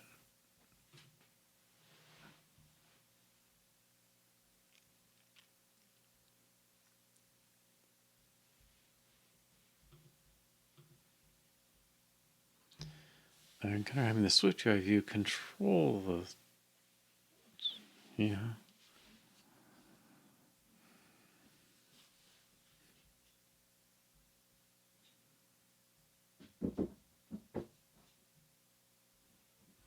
No, that's too much.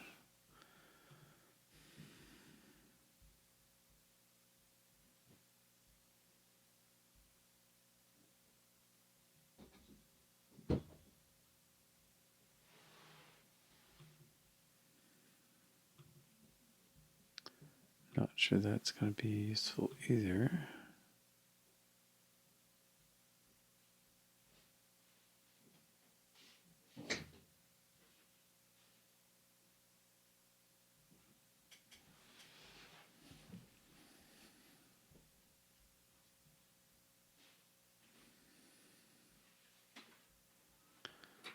No, that's all unrelated. Interfacing with UI kit. Okay, create the view. So Swift UI.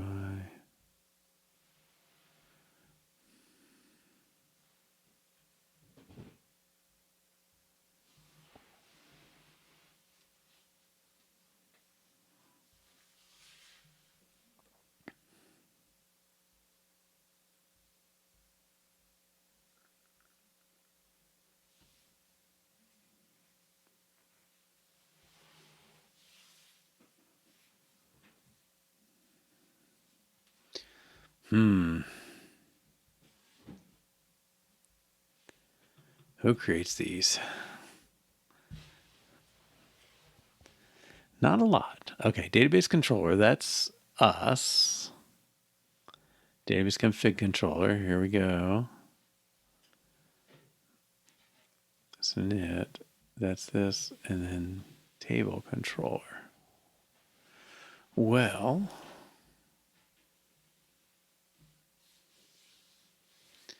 I guess my question is, can a UIKit controller hold a state object? And then we could pass it through. And it seems to be only used for these purposes. Root view, database view. That's not created here, it's created in here. What's this one? Preview. Okay. Yeah, that's created in here is the only place creating this database view, which makes sense. And it would be nice if we could give it the model. Okay, so let's see if that question works. Can UIKit controller hold a state object? Alrighty.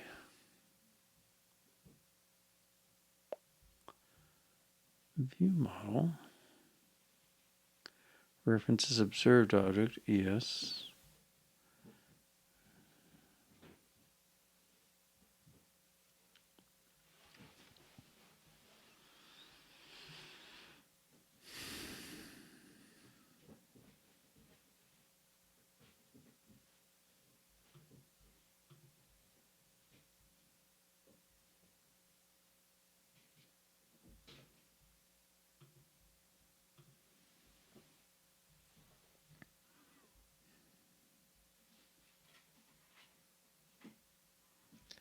Should be used in any view, instantiates the object itself. Okay. If it's instantiated elsewhere, inject it into the view. Yes, that's the question.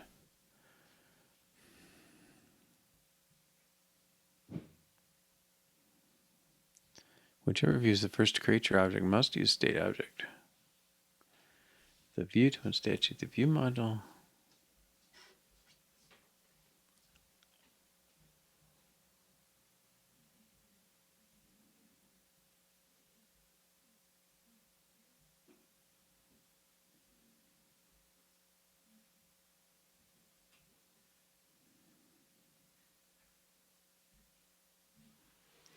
Whoa.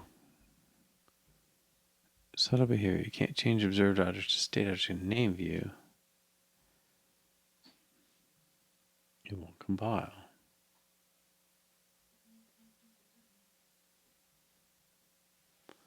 You have to initialize the underlying property.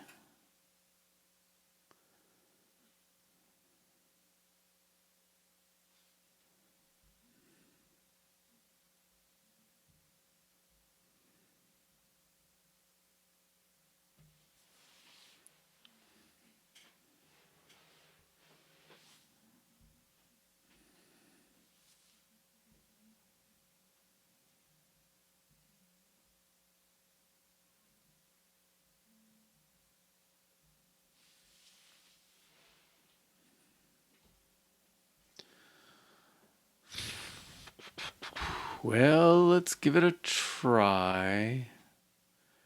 Is SqlDatabase the thing that owns it?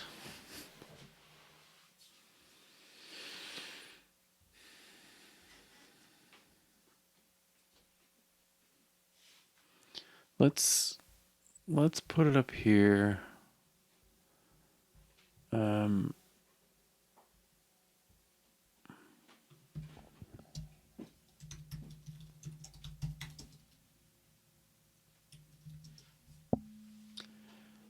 Var database view model.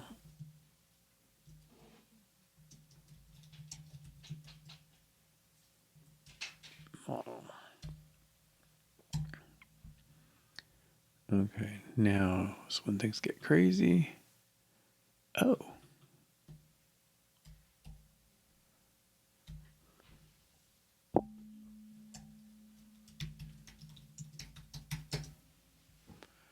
Database view model.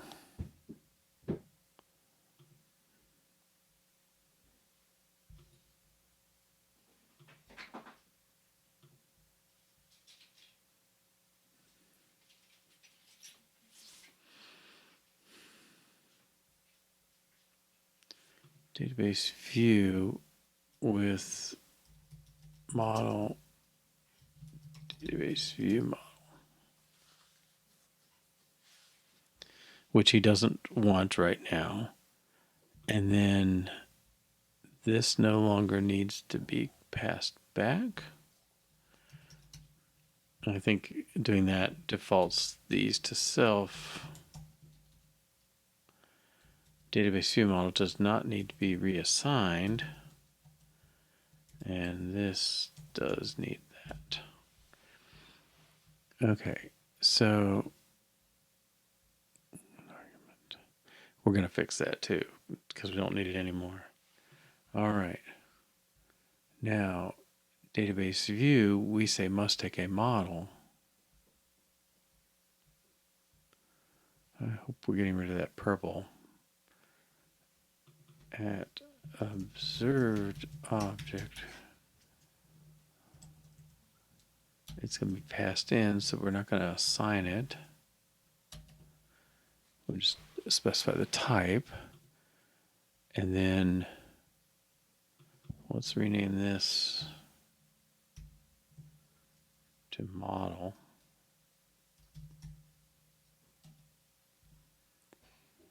And he's no longer private because we're going to set him. All right. And then where's config controller? All right, this thing goes back to null.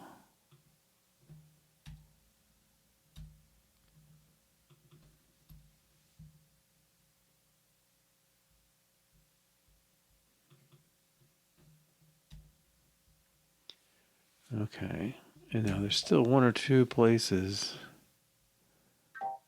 Yeah.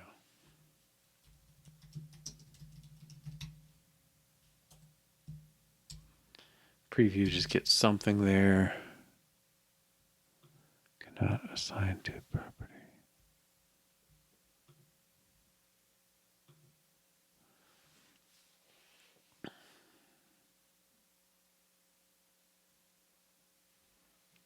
Is a get only property.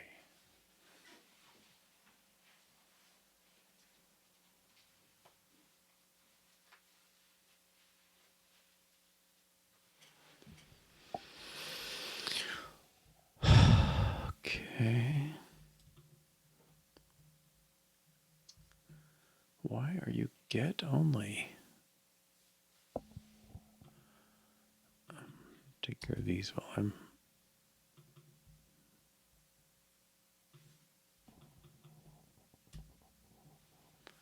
open database, database view model.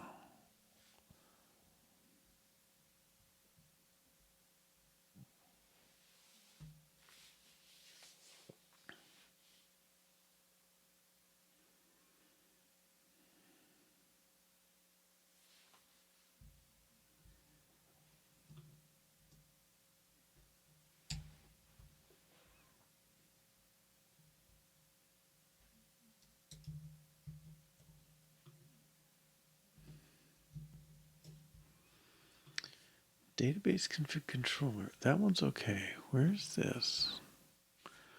Open database configuration. So this is our other button, and now he's unhappy.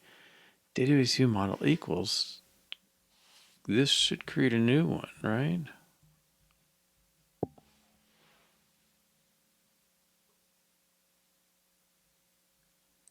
Why does he take this?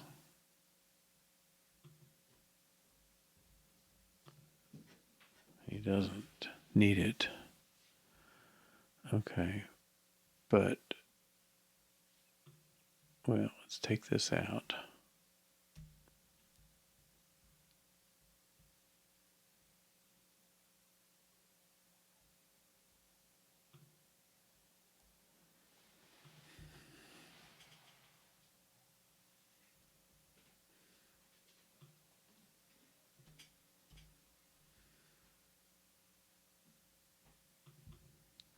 So we can't update it once we've assigned it?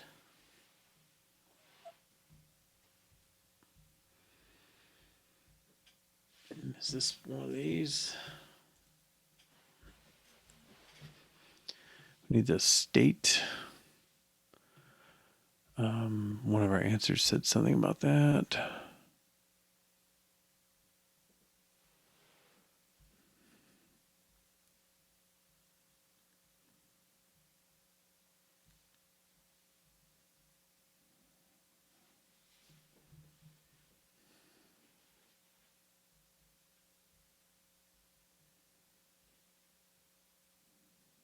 There we go. Okay. You have to initialize it with init, which is really state.init.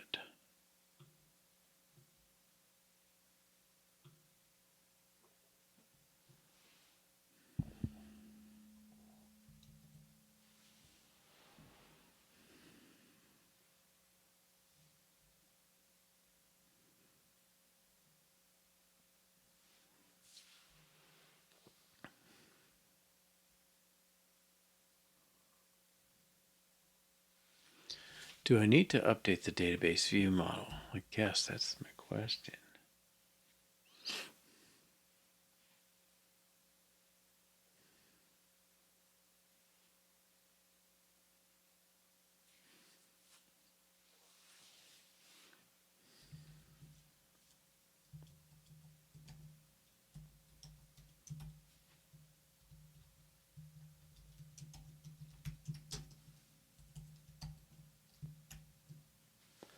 I think that's my analog.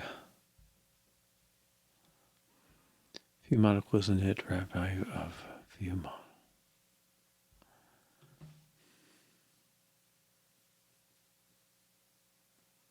model. What happened before?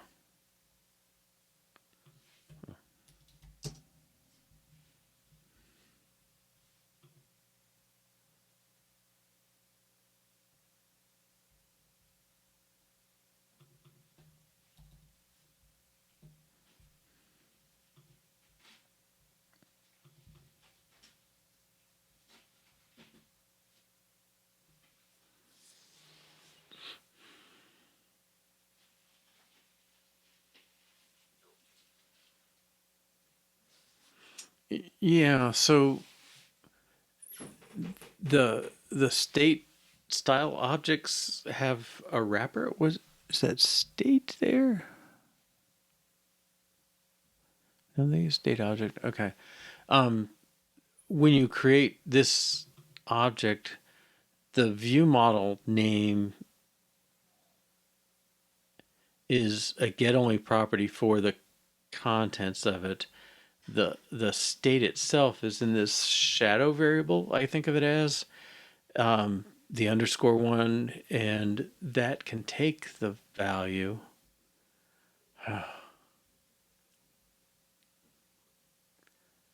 But this try thing can throw, but it's executed in non-throwing.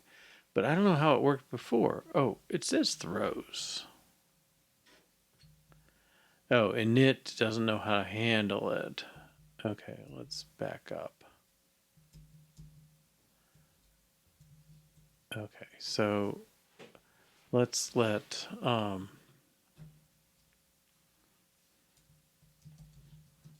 let's do this in stages.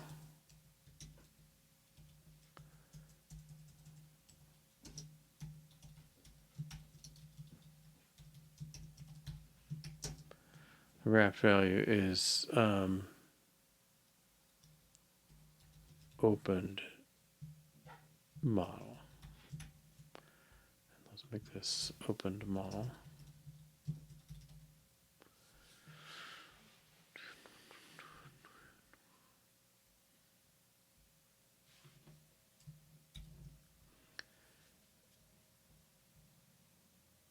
Okay.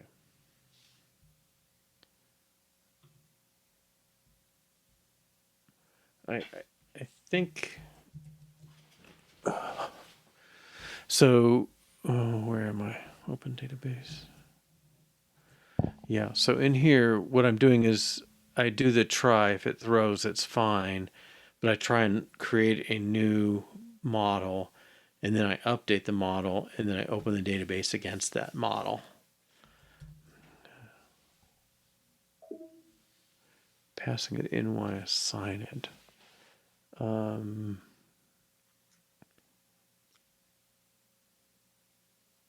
Yeah, I don't know why it had the value itself there before.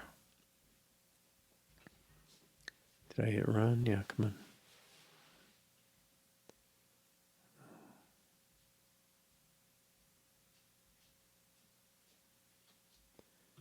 Okay, create the config.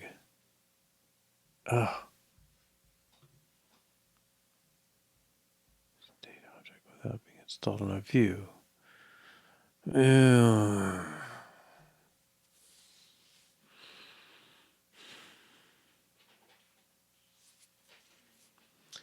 Yeah.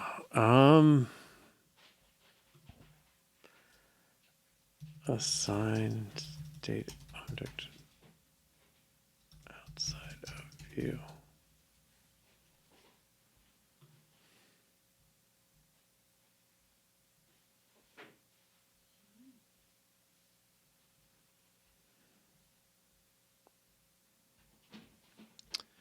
No.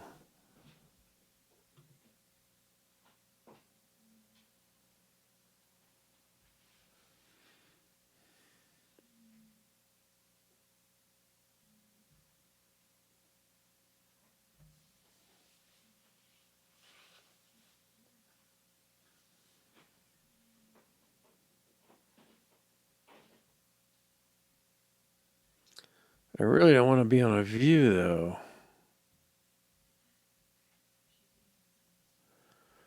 Because view is the Swift UI one. Now when we run the app,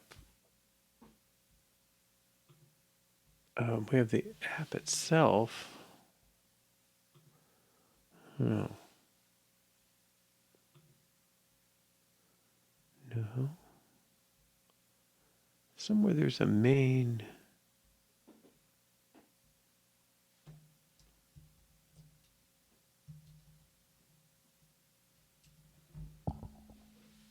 There's app delegate.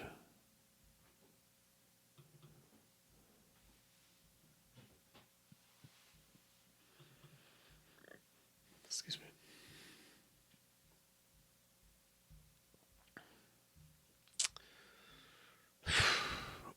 That makes it sound like it really has to be on a view. So Swift by Sendell is nice sometimes.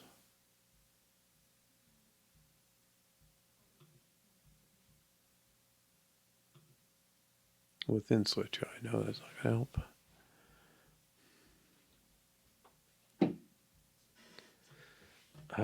Can UI hosting controller hold a state object?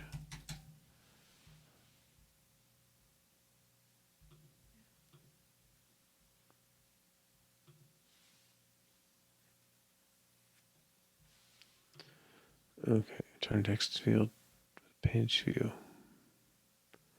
Well, I don't know if pageable, I don't know what that is. Okay, main view, yeah, he's got the hosting controller. That's not the way we're working.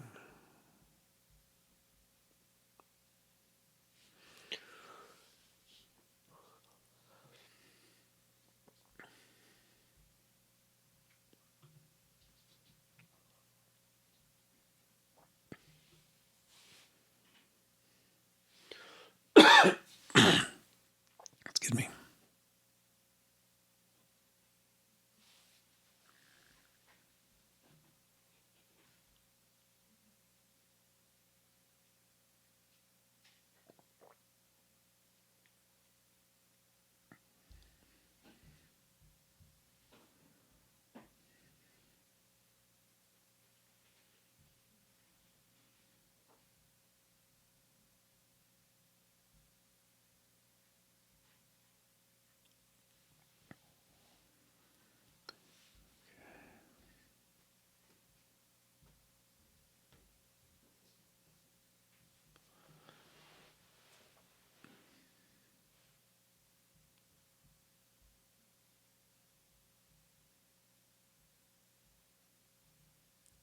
I don't think this one's going to help.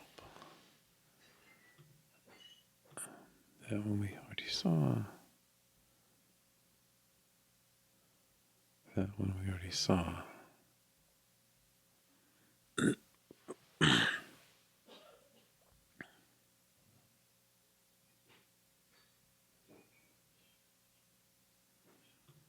I don't know. I have videos. Passing them all on. Why did you reset? Okay, it's still.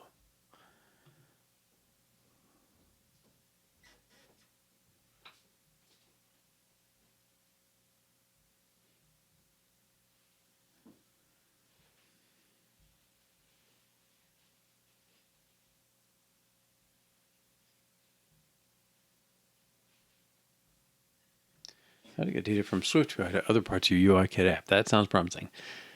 Okay.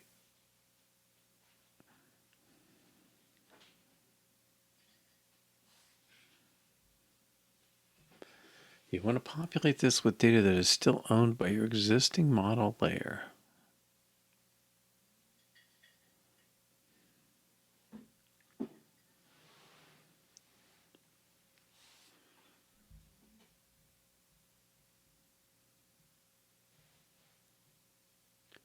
Pass values directly when you initialize your views.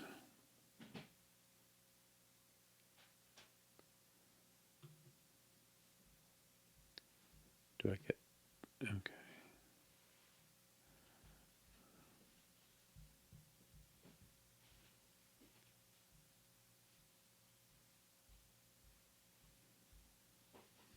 I think I missed it. Well, I certainly don't want...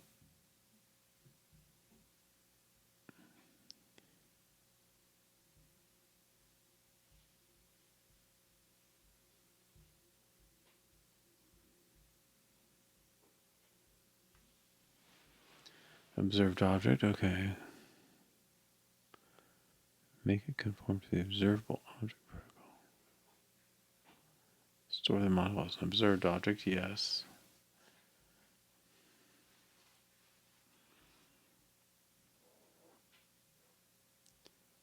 Property, so make it observable. Add publish property, yeah. Okay. Heart rate view, store the heart data property.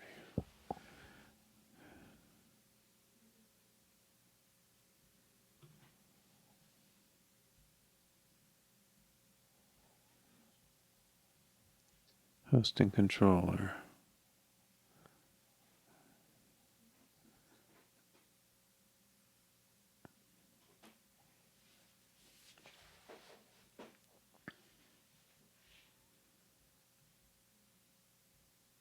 Heart rate view equals heart rate with data coming in. I don't know. It just sounds like...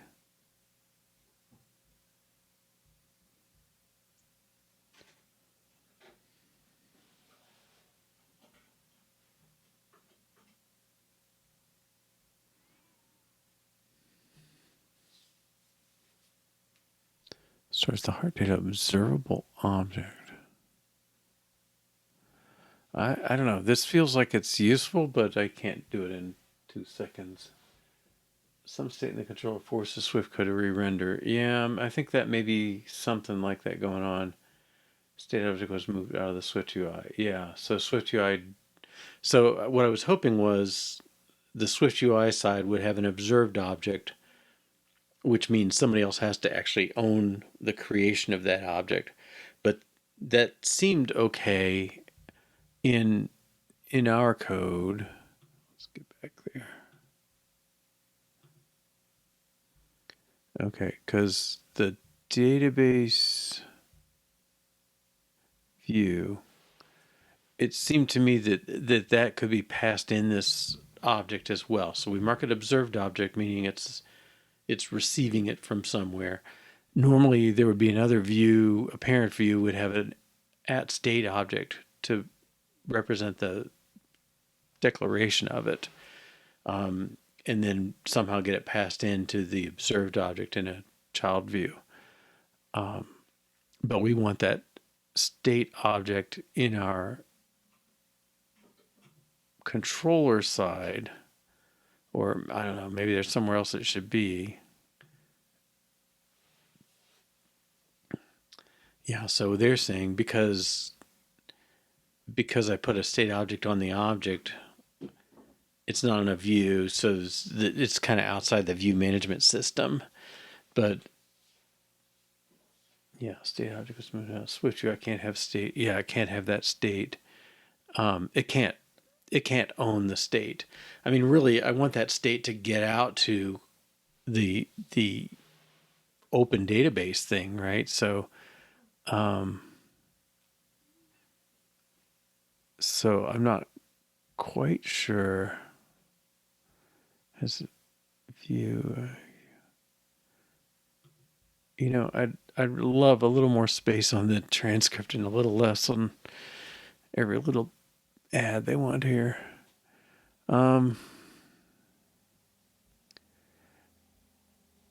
they're saying they're passing it back. I'm not quite sure. Okay, let's go back to the top of the change here.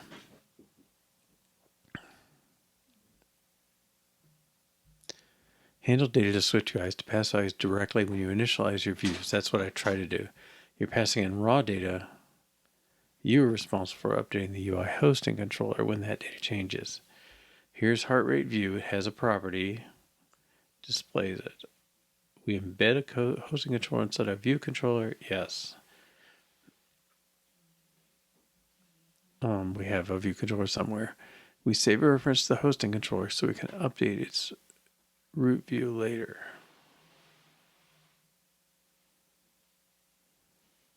Swift UI heart rate view is a value type, so storing it by itself would create a copy and wouldn't let us update the UI.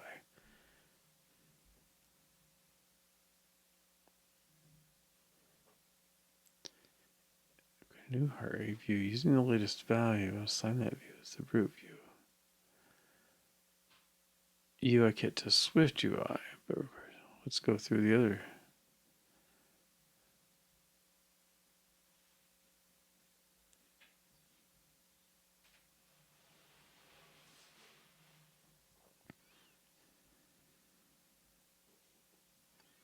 Okay, our thing is observable object, yes. Connecting it to Swift UI allows it to update when it's changed.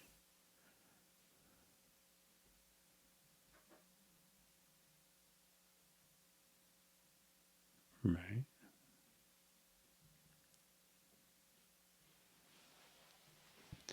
In the heart rate view, we start with the observed object, yes. In the body of the view, we display it, yes. Heart rate view controller stores the heart rate observable object in a property, not inside a Swift view, so we don't use a property wrapper. Initialized with a heart data instance.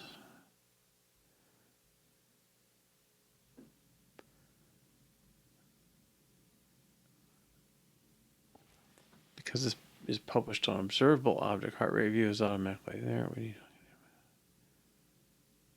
Okay, well, that's implying, if I understand,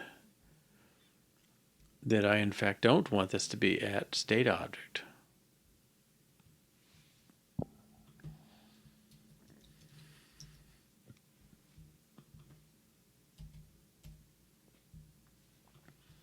But it is observable object. We just saw that. So let's try again. Thanks you. Okay, can't find database model.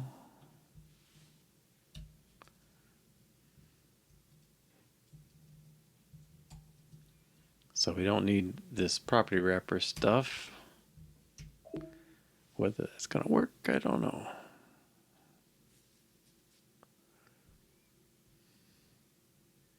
A3546. Hoping that goes away. Build succeeded. All right, let's do a run. Okay, clears those good.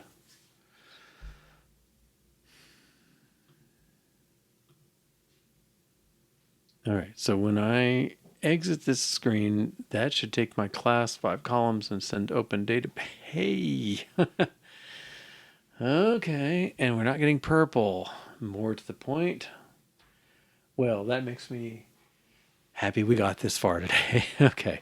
So I think, I think I understand the connections now from table controller. We're saying let's let it own the database view model. If we ever want to change it, we can open a new one and just change that model here. Let's see, where's our open database, configure database. All right, database controller.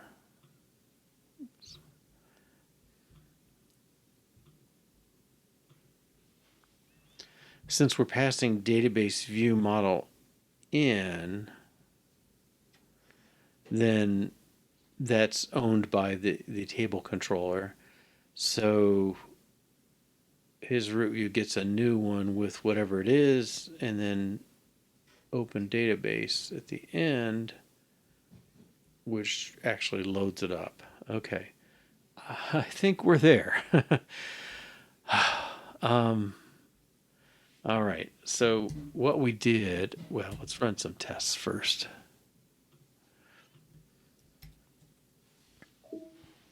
Wrap this up properly.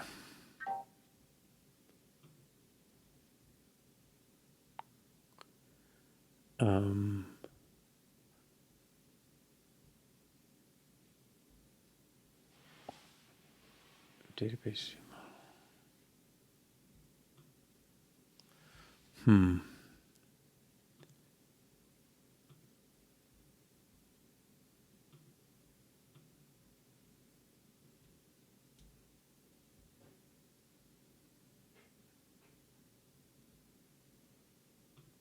Okay, I'm just going to take these out. Just this kind of controls whether we get to do this today or tomorrow.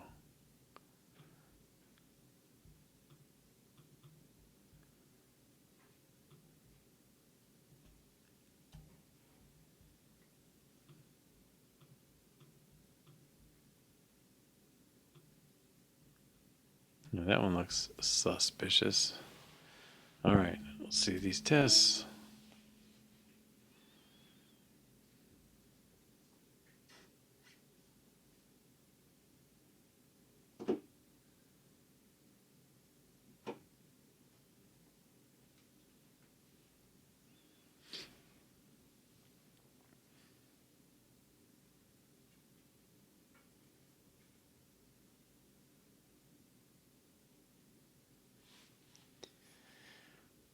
Slow tests always make me worry. All right, this is okay though. Okay, so what we did, and we're going to walk through these, we made database configuration no longer needs the model. It's producing one, it doesn't need one. We changed the handler back. We're opening the database, we're just calling config controller to do it. When it's done, it's going to capture it and just open it. We're now an observed object here. We changed it to model instead of the database. I probably should have done that separately. But pass in the model. File name. We don't need the model here anymore. Same. Same. Same. Same. Okay. So what we did was leaving the configuration dialog opens the database tables you've configured.